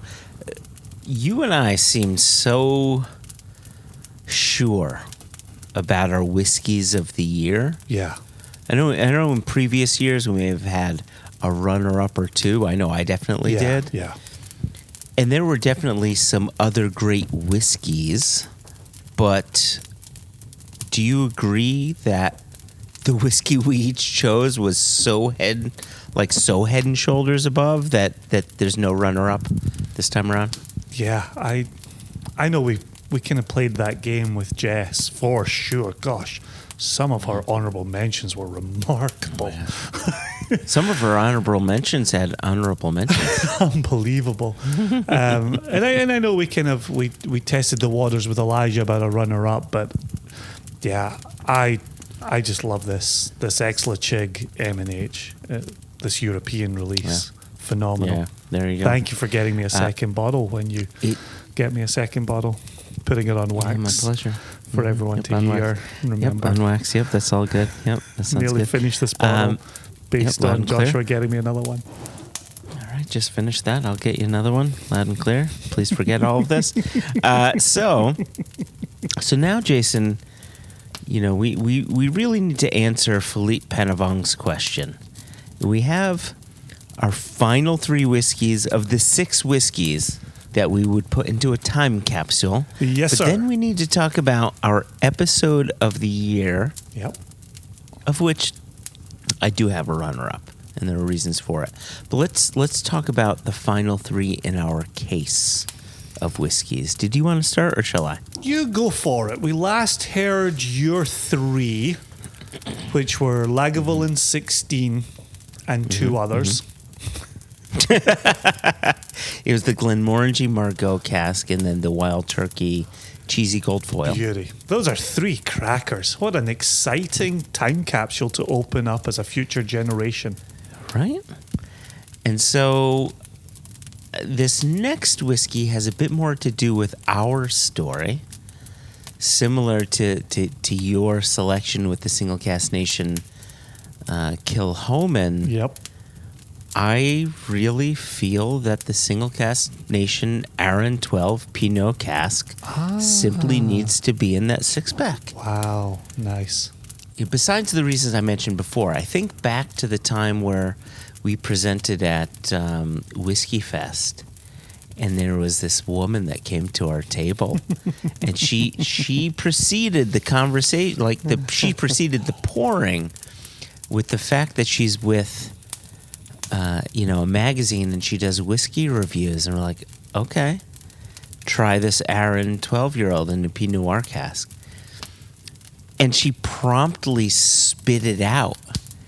And here we are, this fledgling company, in the presence of a woman who reviews whiskeys for a publication, and she spits her whiskey out. And I thought, that's it. We failed. We were wrong. Our palates are not correct here. And she pauses and looks at us and she says, this is one of the most dynamic whiskeys I've had. Like, she spit it out because she was taken by this new series of flavors that she wasn't presented with before. This was the bottling that just told me we're doing something right. Yeah. Right? Yeah. And I like that. I like that. Yeah. No, it was a cracker. Absolute cracker. That's a good addition. So that's whiskey number 4. Whiskey number 5. This is where my Jewish pride comes into play here. And back to the picking of whiskeys of the year. We're in the realm of M&H again. I think M&H Distillery are producing some of the finest single malt in the world. And their initial apex bottling of the pomegranate wine cask just ticked the boxes and I would argue opened up the eyes of many people to show that they're players, that it's not a shtick. It's not like, they are serious whiskey makers making world-class spirits that earn the respect of your whiskey of the year, my whiskey of last year. Well, guess which little bottle of whiskey is in my travel bag here? Pomegranate cask. It's absolutely fantastic. Yeah, no doubt about it. Yeah, it's right, and this is what I love so much about global single malts, right? Discovering what these various countries can do and aim to do and are able to pull off. It's just it's remarkable stuff. It's respectable. Yep, and 100%. Yeah. Well, So there you go. there's no argument over your inclusion of that. Yeah. None at all. And then finally, Number 6. And I would argue, Was this a tricky? And- Was it tricky closing the door on the options? it was. It really was tricky because I would argue that this isn't necessarily the best whiskey in the world. Mm-hmm. And it's definitely not the best representation of this distillery. Well, you've sold me. Here's a shitty 6th bottling to send to future generations. It's You know not a nothing bad- about me, kids. Nothing. It is a very good whiskey. But I think more importantly, it helps to paint the picture of my life. Uh-huh. And my life in whiskey, and it is the Keepers of the Quaich 1998 Talisker bottle. Ah, yes. I drink it every Right. time I visit you. Every single time. Right. And we celebrate with it, Yeah. not because it's the most amazing Yeah. Talisker. Yeah. It's a perfectly fine Talisker. Yep. There's no doubt about it. Perfectly quaffable. It's a fine whiskey, Yep. right? Very quaffable. But that was the bottling that came out just prior to me being a keeper, and that was the first. It was 2017, 2018, and I was made keeper in 2019, and that was the first bottling that I got as a keeper. And you know, some people hope to be keepers because, well, who knows what they hope to become keepers for. But for me, like, I feel it was work. And I feel like I worked to be within the Keepers of the Quaich because it's a passion, because, like, I give a shit about Scotch whiskey and I will not stop evangelizing it and teaching people and just preaching. And I just... For me, it was a recognition. It's a huge part of who I feel is me, and that's it. And this was the first bottling I got from them, so it's special to me from that perspective. Yeah, it's a good addition. It really is. Yeah, I love dramming on it whenever I see you. It's, my bottle is sealed and stored away for a future generation. But enjoying your open bottle. But yeah, you're spot on. It signifies more than the whiskey in the bottle. Yep. Right, and here's the thing. I would argue if people tasted modern-day Lagavulin 16, it'd be quite different from the 6-pack that I bought from 10 years ago. I agree with you, Yeah. but it was so interesting to have Elijah put Lagavulin 16 into his 6-pack, and he was talking about 2017 or so, right? I would argue it is still great, and it remains one of the best, more readily available Islay single malts. I would also argue that the price is shit. The price is terrible. It's too expensive. I won't buy a bottle. And I'm just being an honest person. There are plenty of other people to be buying the bottles. Part of the reason it's so expensive is people discovered it. Yeah. and now it's right? Yeah. the price has gone up because of the demand, right? So you don't need me to help the demand. It has the demand already, hence the price. Somewhat amazing though to have a 16-year-old be your entry whiskey. And I don't mean that as a whiskey lover for you and for Elijah, but as a brand, there never used to be an 8. There never used to be a 12-year-old cask strength, right? When's the last time the globe has cared this much about whiskey? Yeah, never. There really hasn't Never. been. Nah, So, never. right? So a 16-year-old Lagavulin made sense. A 14-year-old Kleinlichen Oben made sense. These just make sense because it's prestige. You have it there. Most of your stuff is going to blend, but you can safely rely on having a good age-stated entry-level product. The world no longer reflects that. Yeah. But it doesn't take away from the fact that I think Lagavulin 16 remains a remarkable entry-level whiskey for Lagavulin. Yeah, no doubt about it. No doubt about it. So, with that said, allow me to transition to my final 3 for my 6-pack, and let me launch that with Lagavulin. Whoa! Oh, I think I know what Lagavulin. Yes, you do. 100%. It's easy peasy. I actually chose not to select this one simply because we talked about it so much. Even though it is my favorite whiskey in the world, my 6-pack tells a story. But continue. Yeah, no, and it's that story that this whiskey is telling for me. The 2007 release of the 21-year-old Lagavulin that seemed inordinately expensive at $200. Yeah, it was like $225 maybe. Right? Yeah, pounds. Yeah, it was about £225 somewhere Maybe around there. $250. Oh, really? Oh, maybe it was 200 pounds and it turned into $250. Yeah, something like that. Either right? way, Right. at the time in 2007, An you didn't unbelievable pay that price much for whiskey. Unbelievable. What were they thinking? Crazy price, right? price. Yeah.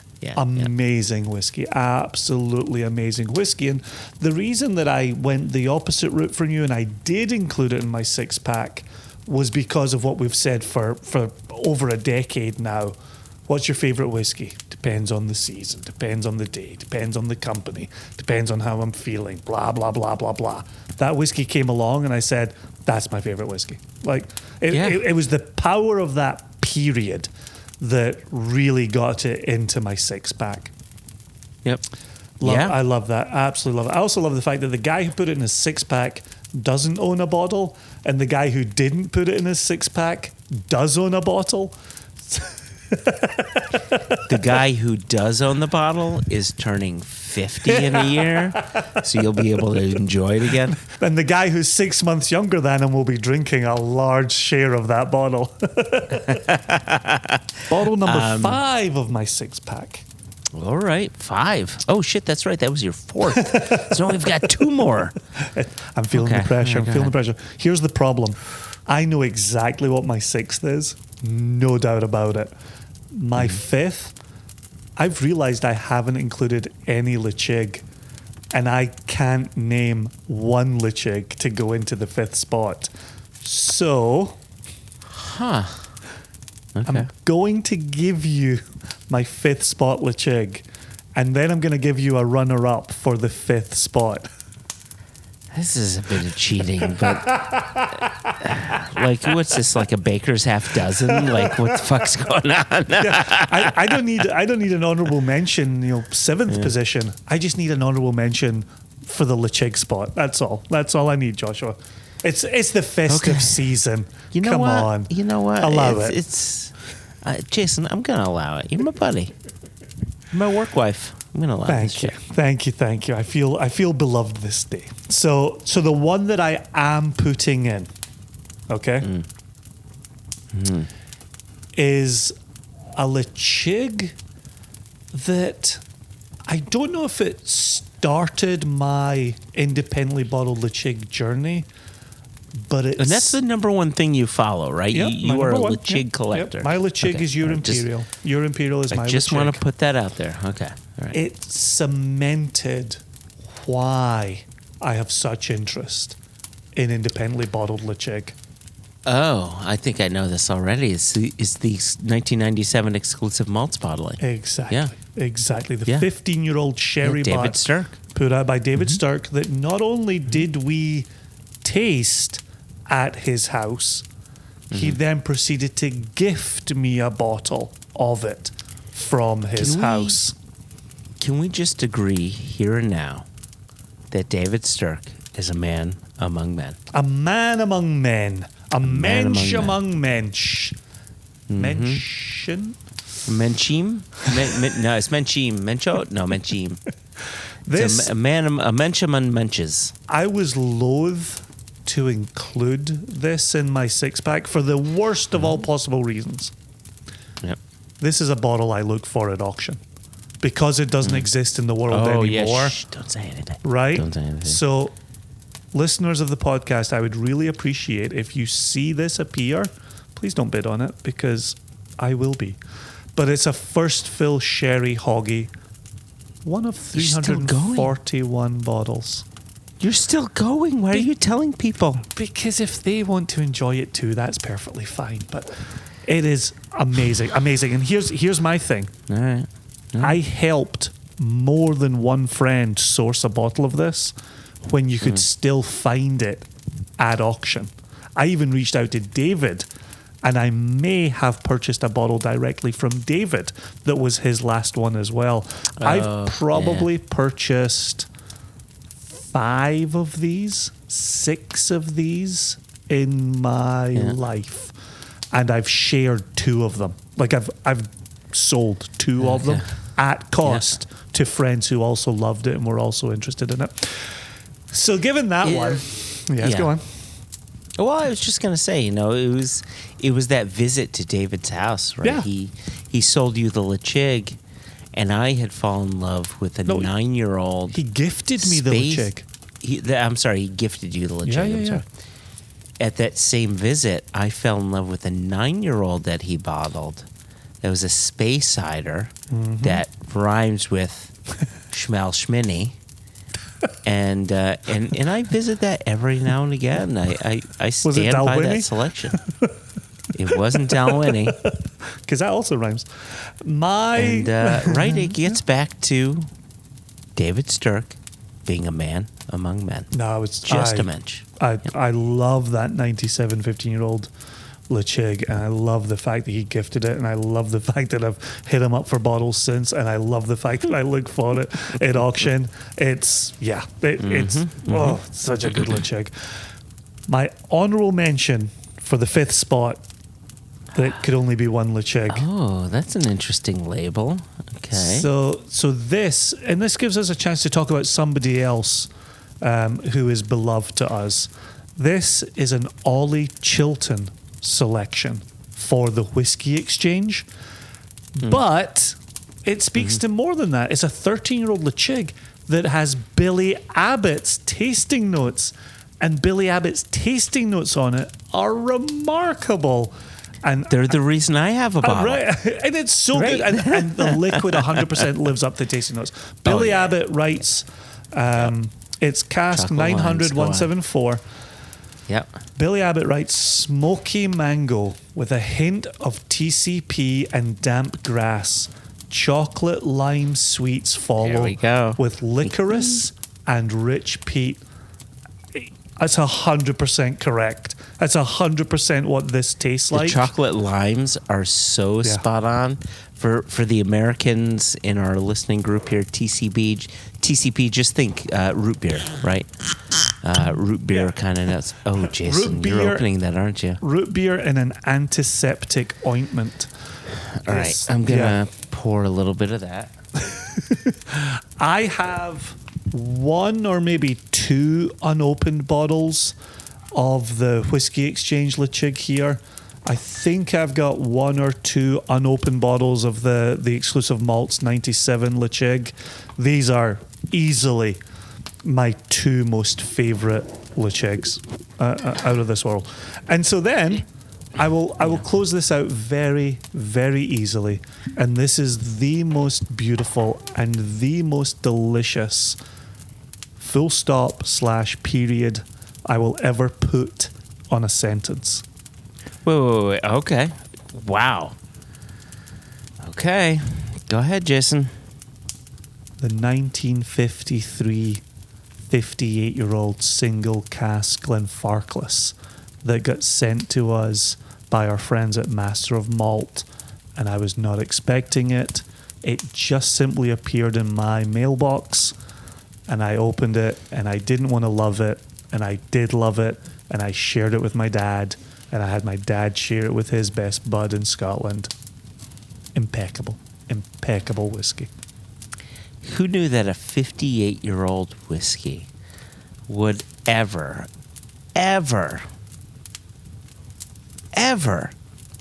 fall on your list of whiskeys that you want to be associated with your life? Right?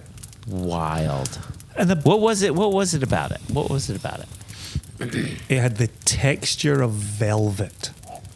Mm-hmm. It wasn't overtaken by the wood. The Glenfarclas distillery was still represented in Yes, that it was. 58-year-old whiskey. It was wonderfully in balance. And just like us choosing Cask 666 from Virginia Distillery Company, it would be so easy to name a 58-year-old 1953 Glenfarclas as my favorite whiskey of all time. And that liquid lived up to every part of that promise. It was out of this world. It's a remarkable whiskey. Absolutely remarkable whiskey. I'm so glad you brought it up. That was special, man. That was real special. Right. So let me I see. love that you shared it with your dad. Oh, absolutely. Yeah. Half of Yeah. my sample went off to him. It was, If I ever win the lottery, I would really like to pick up a bottle of that. And it hasn't really accrued value. It was £6,000 when it was released. It still kicks around for about £6,000, which is an insane amount of money. We talked about the price of the Lagavulin and how that was expensive. Yeah. You know, that Glenfarclas is really, But for really a 58-year-old expensive. whiskey in today's Right. whiskey, world, yeah. I also feel like it kind of gets looked over. Like, yes, it's an old ass whiskey, but it's an old ass whiskey that comes from Glenfarclas, and Glenfarclas puts out tons of old ass whiskey. Yeah, that's true. I don't know if you could hear it, but is someone celebrating a Greek wedding in your house right now? well, it's not the house. I mean, it's Heide in the kitchen in our Swiss Chalet just doing the dishes. I think she may be angry, right? Because this was meant to be our little getaway, and I just forgot to tell her you were coming over to do the. Well, and I didn't tell her about Elijah or Jess. I would be happy to get out of here real quick. Do you want to talk about some favorite episodes, and then you and Heide can have your time in the hot tub with your fondue. I can get back down the mountain in Mirrors my on the ceiling, whole snowshoes. thing. Yeah. You know, Let's right, get out so- of here on this. So let's talk about episodes of the year. Now I did a bit of work. I really thought about this. I'll tell you what, Jason. The number one episode of the year, I didn't have to think about. I knew it was the number one episode of the year for me as we were recording it. Oh, gosh. As we were having our conversation with our guest. Oh, gosh. So my question to you is, what do you think my runners-up are? So I've got two of them. Whew. It's a tough question because, like we continually discuss, time has stopped meaning a lot, and anybody who stops by to chat with us means the world to us, and That's true. we learn so much, and we've only started getting out and about a little bit more.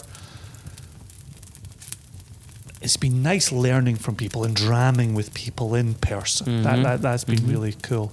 I could see your runner-ups going in multiple directions, right? Was it people you got to see in person? Was it somebody you'd hoped to talk to for a long time and you got access to them over Zoom, you know? Okay, so runner-up number 3. We met him in person, and then we recorded over Zoom.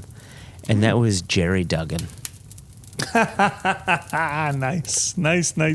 You know, Jerry is responsible for some of the comics that I've just known and loved for a good period of time, and now I'm revisiting the X-Men because of him. Right? This is a Marvel comic writer who also happens to be a whiskey dork, and you know, all of the celebrities that we've brought in have been just that, celebrities, people of note.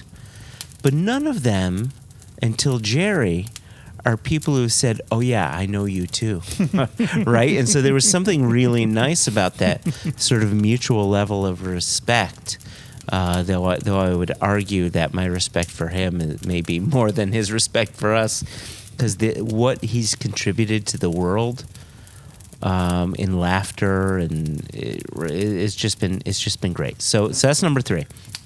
That's a good one. I like that. I liked what you said about we met him in person and then we interviewed him on the podcast. That is spot on. Yeah. It's 100% true. Yep. So the next one is a recording with 2 people. We've met one of them before, multiple times. And the other one, I don't think I ever met before. Perhaps you met him. Any ideas? Nope. So this is Sam Simmons and Dave Worthington of that Boutique Whiskey Company. That must have been early doors 2022. When was that episode? I want to say it was like episode 4-ish. I don't know. Really? I Time don't means know. so little. Because I remember that interview with the 2 of them was a ton of fun. I remember this is where you've decided to introduce a game. And just watching Sammy Simmons, pro level. He got so excited. Pro. And it was just getting together with friends, right? Yep. And I really liked that. And 2022 felt like the return to being with friends. Yeah, 100%. Oh, no, well said. And then finally, I don't think in our 6-year history, going on 7, in our 6-year history, that I've laughed this much in an episode with someone. Go on. He's not American. He is a Scotsman. He lives here in the U.S. His dad lives in Scotland. Okay.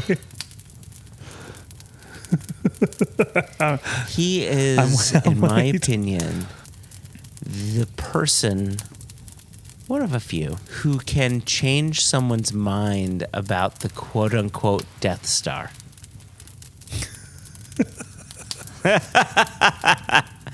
Ewan Morgan of Diageo. That was in 2022? That was 2022. If you told me that was 2020, I would have believed you. That was 2022? It was this season, Jason, and oh my gosh. Are you kidding me? I'm not kidding you. It was remarkable. It was like I listened back to it and I wonder, why haven't we had Ewan on earlier, and why haven't we had him on multiple times? Because remarkable. As soon as I get to the bottom of this mountain, I'm going to Google this to make sure. I just need to see with my own two eyes. It's not that I don't believe you. I just need to see the date with my own two eyes, because I really mean it when I say if that was 2020, I would believe you. That was season 6? Yeah. That was season 6. That was Ewan Morgan. Wow. I love him more than I love most people. Wow. He's just good fun, good people. And he really cares so much, but he's not above himself. Oh, no. You know what I mean? Yeah. Like, yeah. So that's it. Like this whole year is like, where are the bright spots? Where are the bright spots? For sure. And that was a bright spot for sure. Oh my gosh! Well, I tell you, it's always fascinating to me. We're so similar in our whiskeys, and we've named so many similar whiskeys today, and guessed the whiskeys of the other throughout the episode. Your two runner-ups and your winner are remarkably different from my two That's runner-ups and interesting. my winner. Very different. Interesting. Okay. All right. Okay. Go ahead. So a couple of honorable mentions.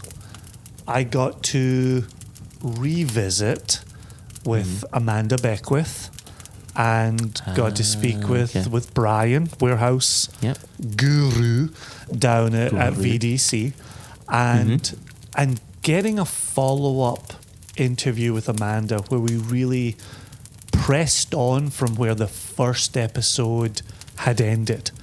And that's nice. Specifically focused on casks and really sat with the point we were making for a good amount of time, and then got to fold Brian into the conversation, where Amanda and Brian are clearly partners in crime. They're just so awesome together. Such a beautiful professional relationship there. Seeing them, hanging out with them, means so much to me. So I go from that side, maybe a little bit like Joshua Hatton here. That's runner-up number 3 then? Right. That's the third one? Okay. It's honorable mention. Bronze medal. But I go from that type of friendship to then our conversation with Brett and Orlin at Woodinville. Oh, wow. I'm so glad you mentioned them. Right? Yeah. Where we went into that Zoom conversation. They didn't know us. We didn't know them. We'd never visited. We'd never had conversations together.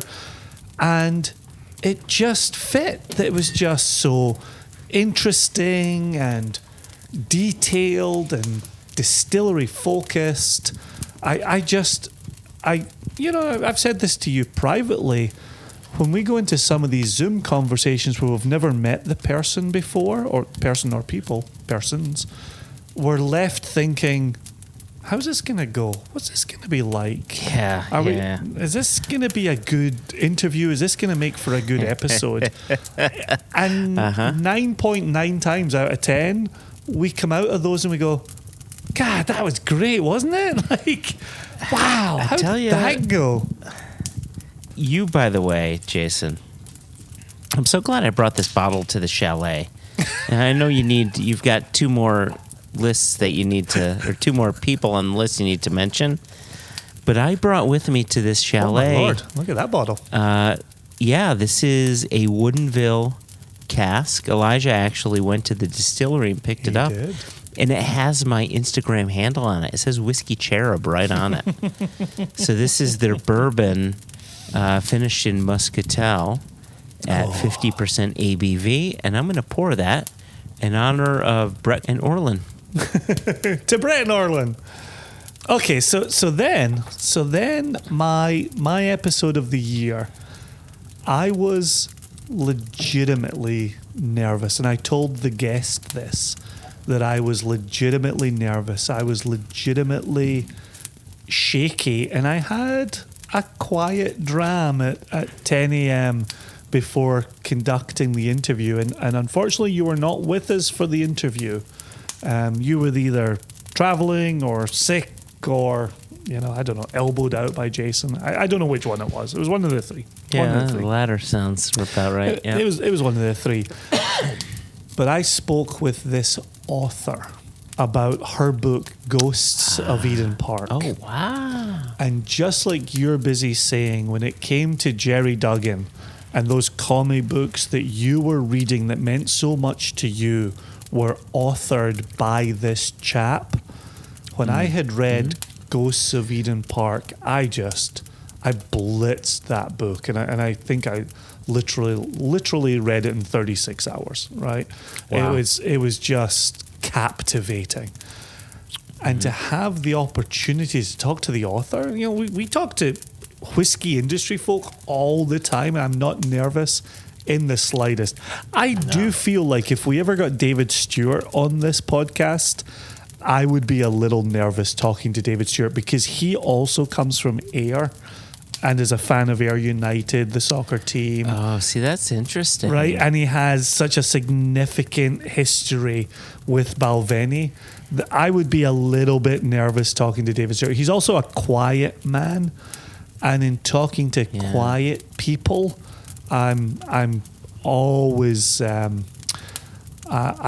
eager to fill the quiet space. That's so funny. Yeah, I know you do. I know you do. Like, I wouldn't be nervous around him. And I've told you this privately. Like, I get nervous around Dave Broom when we interview him. Yeah, that's wild.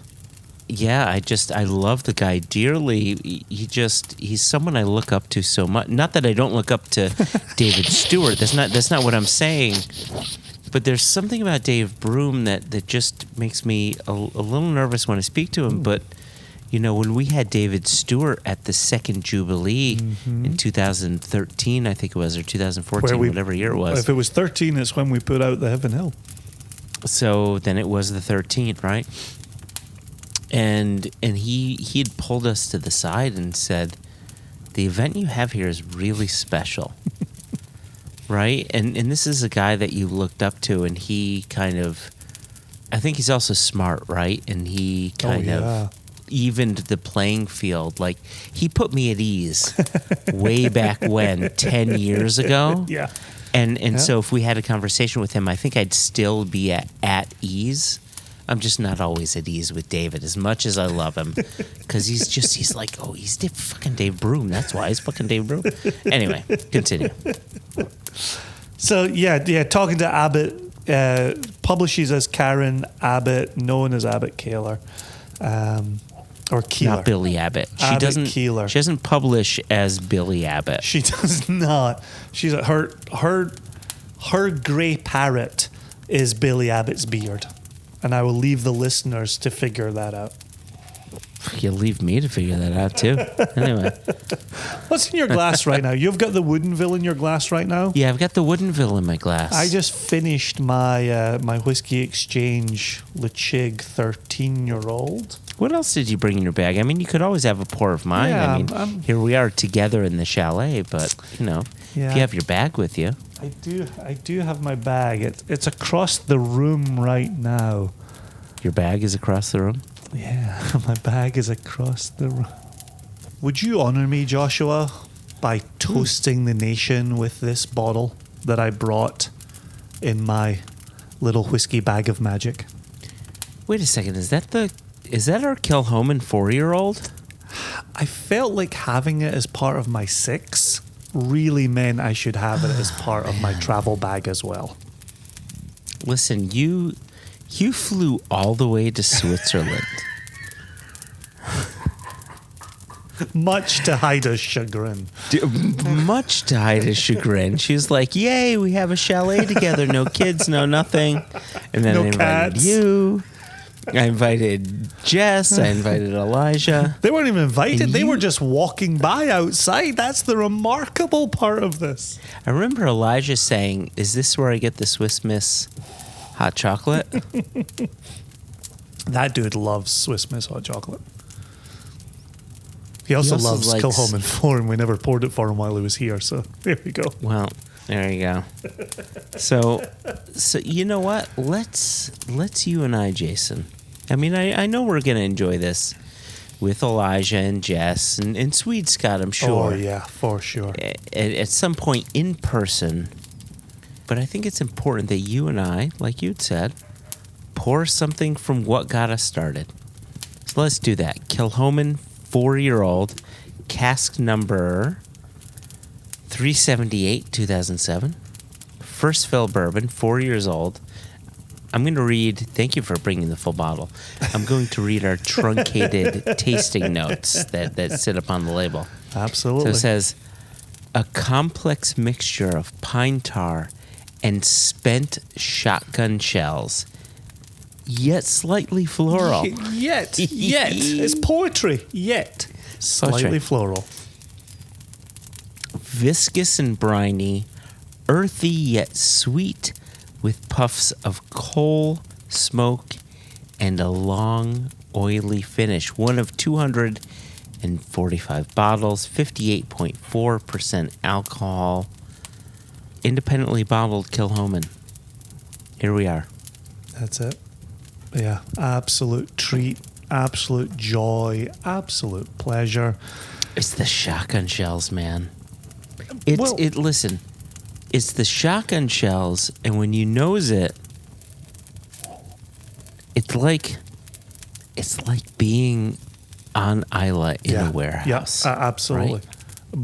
But with a wind blowing a hoolie outside, like that coastal sea breeze that's whipped up in it is aggressive. It's the coast of a Hebridean island. There's no mistaking it.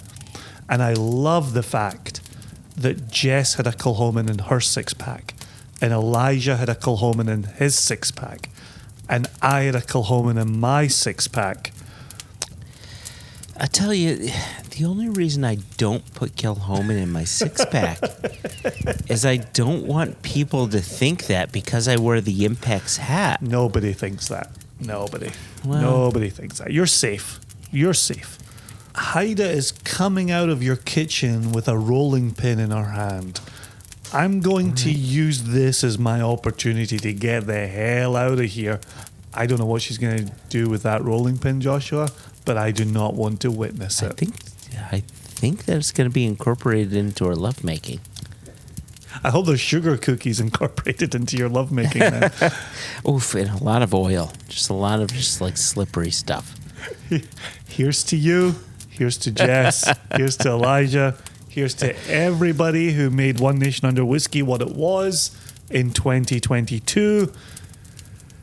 Heide, thank you for having me over this evening. I'm going to leave the warmth of this fire and I'm going to go back out into the cold. Okay, bye. Wow, that is one of the most cutting things. Like when you don't get anything from Heide and she just says, what did you say again? Okay, bye. Okay, bye. You know, like I don't know who's more in trouble, if it's you or if it's me. Who's more in trouble, Heide? Nobody's in trouble. Heide says no one's in trouble. Well, I'm certainly leaving, so cheers to all, and to all, a good cheers.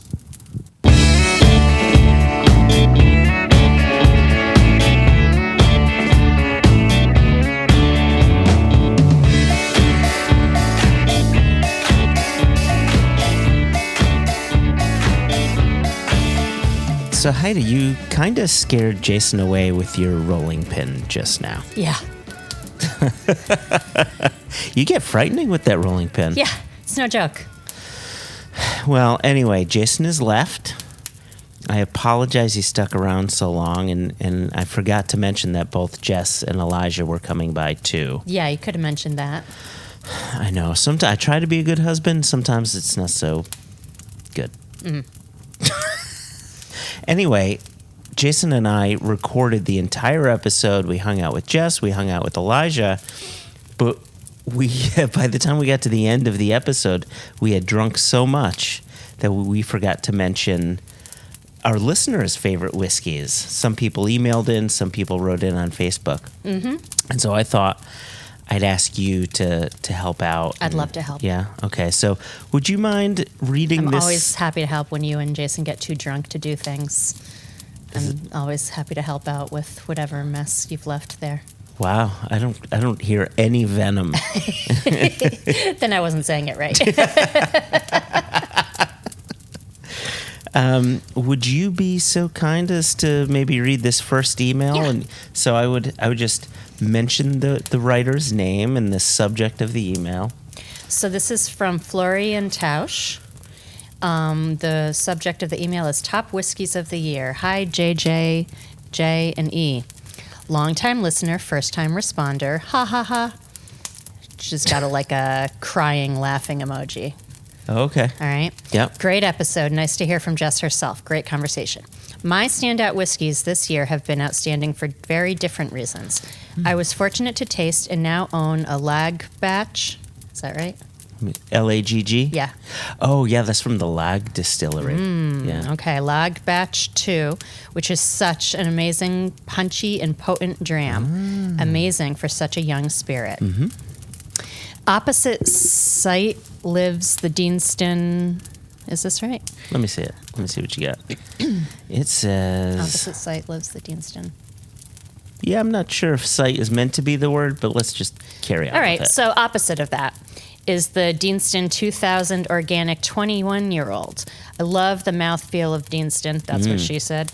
And this is no exception. Very viscous, vibrant, sweet, dark, and dry fruits, character, and what's not to like there. Plus, thinking of the long view from the master distiller back in 2000 to produce a fully organic spirit and maturing it exclusively in organic casks. Chapeau. So you and I went to the Deanston Distillery back in 2019. We did? Yeah, that was the distillery tour we did. Oh, that was fun. Yeah, and we did the whiskey and chocolate pairing. Yeah, I liked the chocolate. So do you remember the texture of the whiskeys? No, I remember that there was chocolate, and I liked that part of it. You didn't like any of the whiskey? No.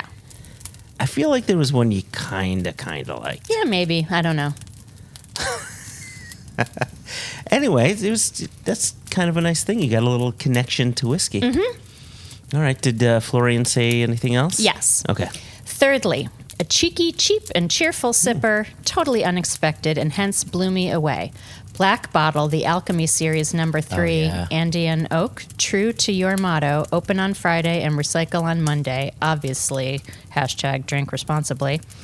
I get a lot of nuts and maple syrup and saves you a few extra pennies to buy another stunning SCN bottle. Cheers, Flo. That's very nice. I feel as if you may have... Screwed that up? No, you're right. I thought you mispronounced something, but you didn't. Huh. Well done. Thank you. Yeah, thank you. And then we also received an email from this is good. So we received an email from Ben Homan, who was mentioned earlier in this podcast, by the way.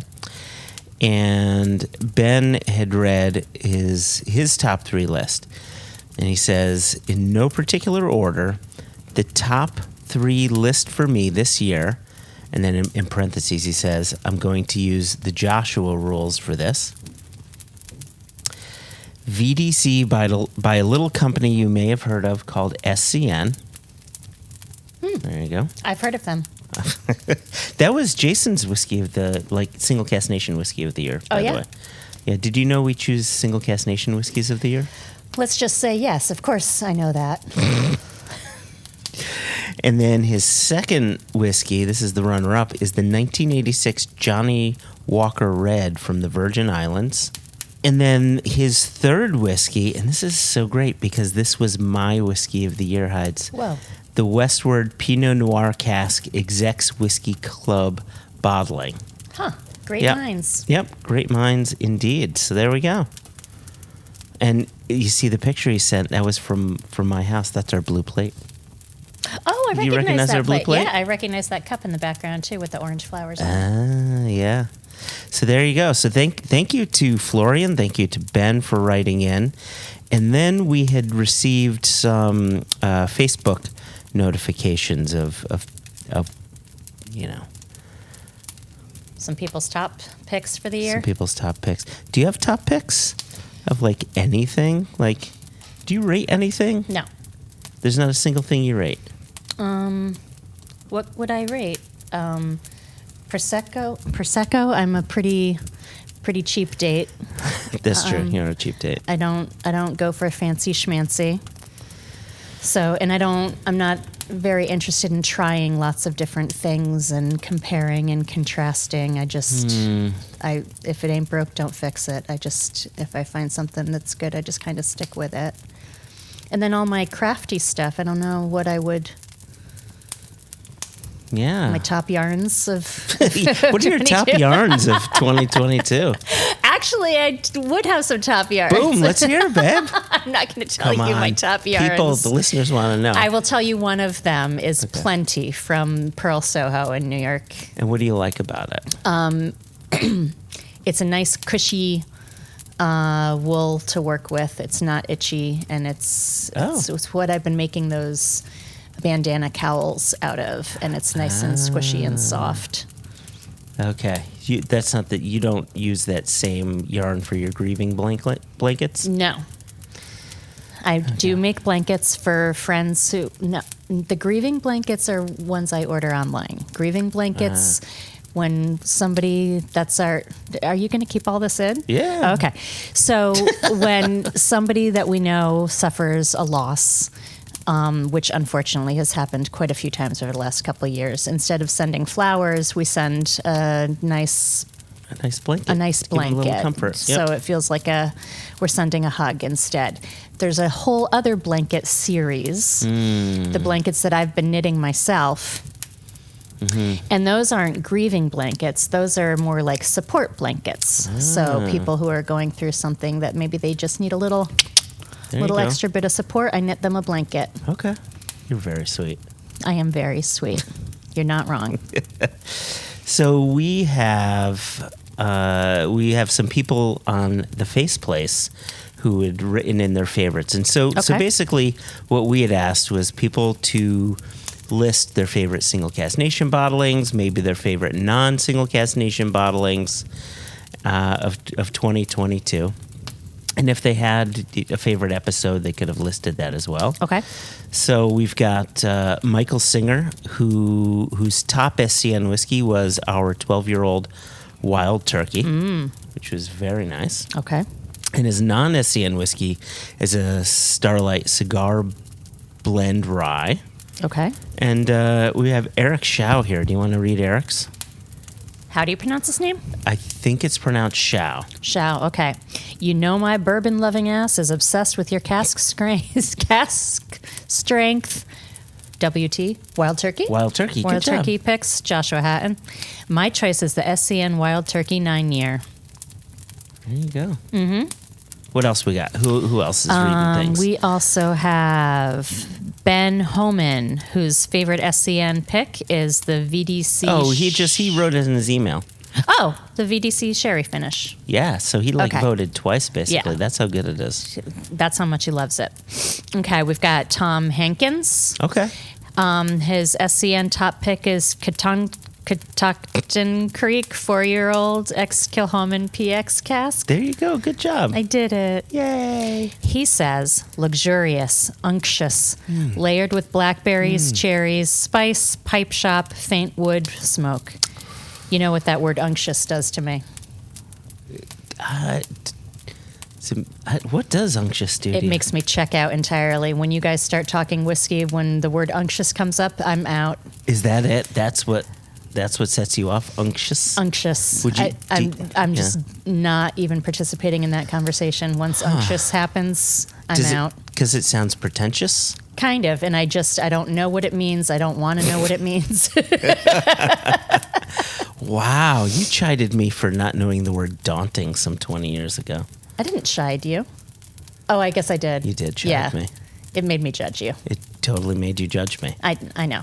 But we got past We that. did get past that. We worked through it, babe. We did. Yeah. All right. Do you want to hear more from Tom Hankins? I always want to hear more from Tom Hankins. Okay. So his non-SCN pick is New Riff 6-year malted rye. Oh, yeah.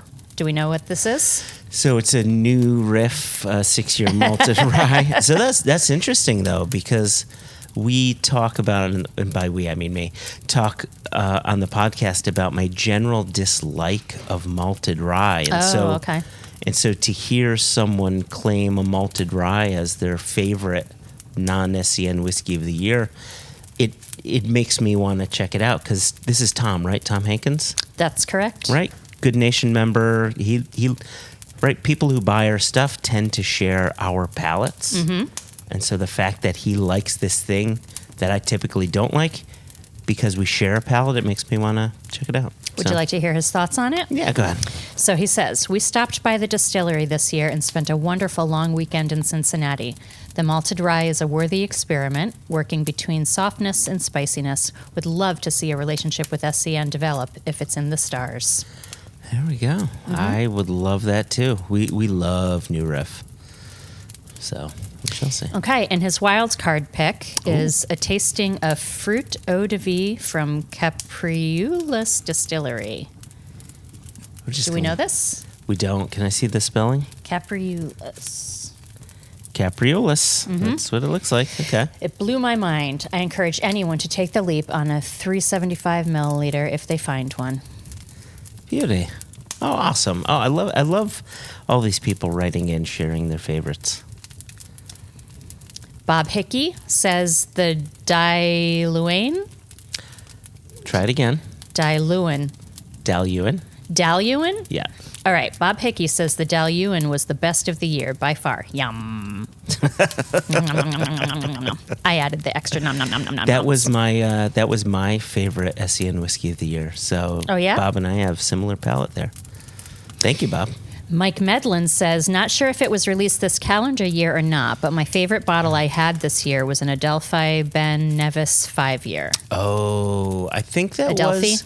Yeah, Adelphi and Ben Nevis 5-year. That was a sister cask. Ben Nevis had released some 5-year and some 6-year-old casks. We bottled a 6-year. They bottled a 5. I think that was 2021, but hey, if he tasted it in 2022... like, that's his whiskey of the year. Yep. Awesome. Then there's lots where people posted pictures, and I can't tell what they're like okay. pictures of All your right, bottle let me do that.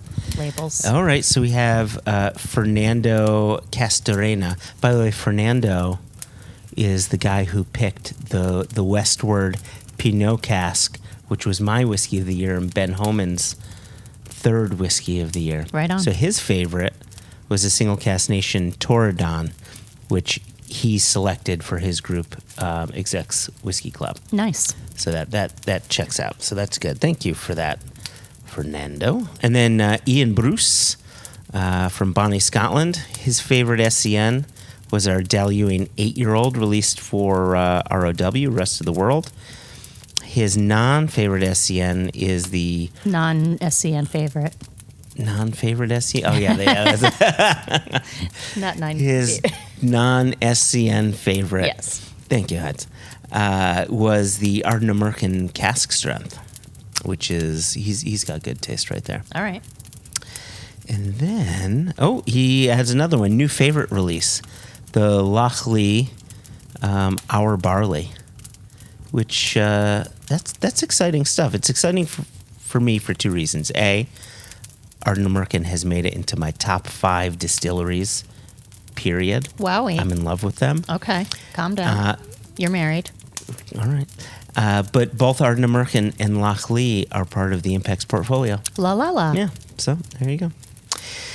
And then Ian has more. These are more like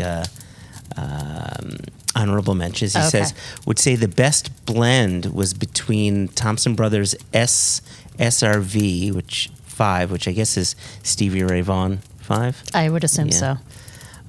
Or the Glasshouse blend by Loch Lomond. And here, I'm going to pass it back to you. Okay. Thank you, Ian, by the way. I appreciate you writing in. Elisa Harden-Rose says that this is really difficult having to pick. She lists SCN Torridon SCN Wild Turkey 12-year, SCN McMyra, Yeah. and the SCN Virginia Distillery were my faves this year. That's awesome. Michael Besley says that the favorite SCN he tasted in 2022 was the Ben Nevis.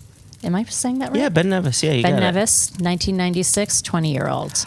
I just got a bottle of that. A Nation member found one at a shop, bought it like 2-3 years ago for me, and has been holding on to it. And I just that's got nice. it. Yep, really nice of him. And thank God you got more whiskey. Okay.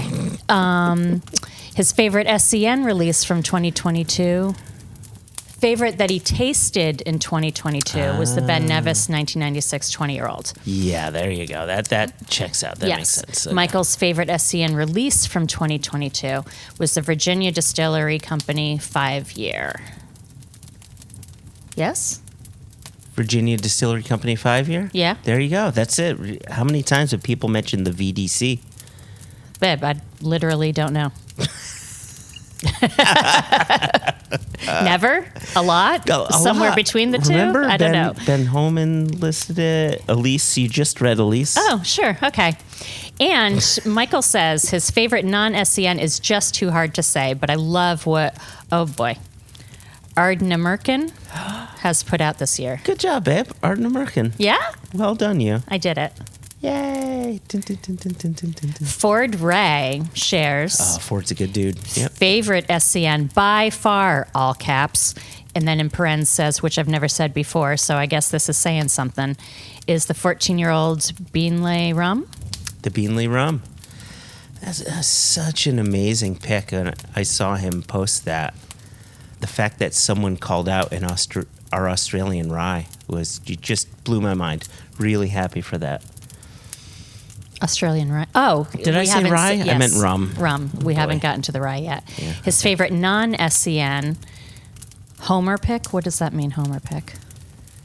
Yeah, I don't know what a Homer pick is. Okay, so his Homer pick is Blaum Brothers 7-year rye Young Guns pick. Maybe it's like a homer, right? It's like a home run. I don't know, but then he's got a non-Homer pick. Mayor Pingree 7-year MGP Bourbon Jumpman pick.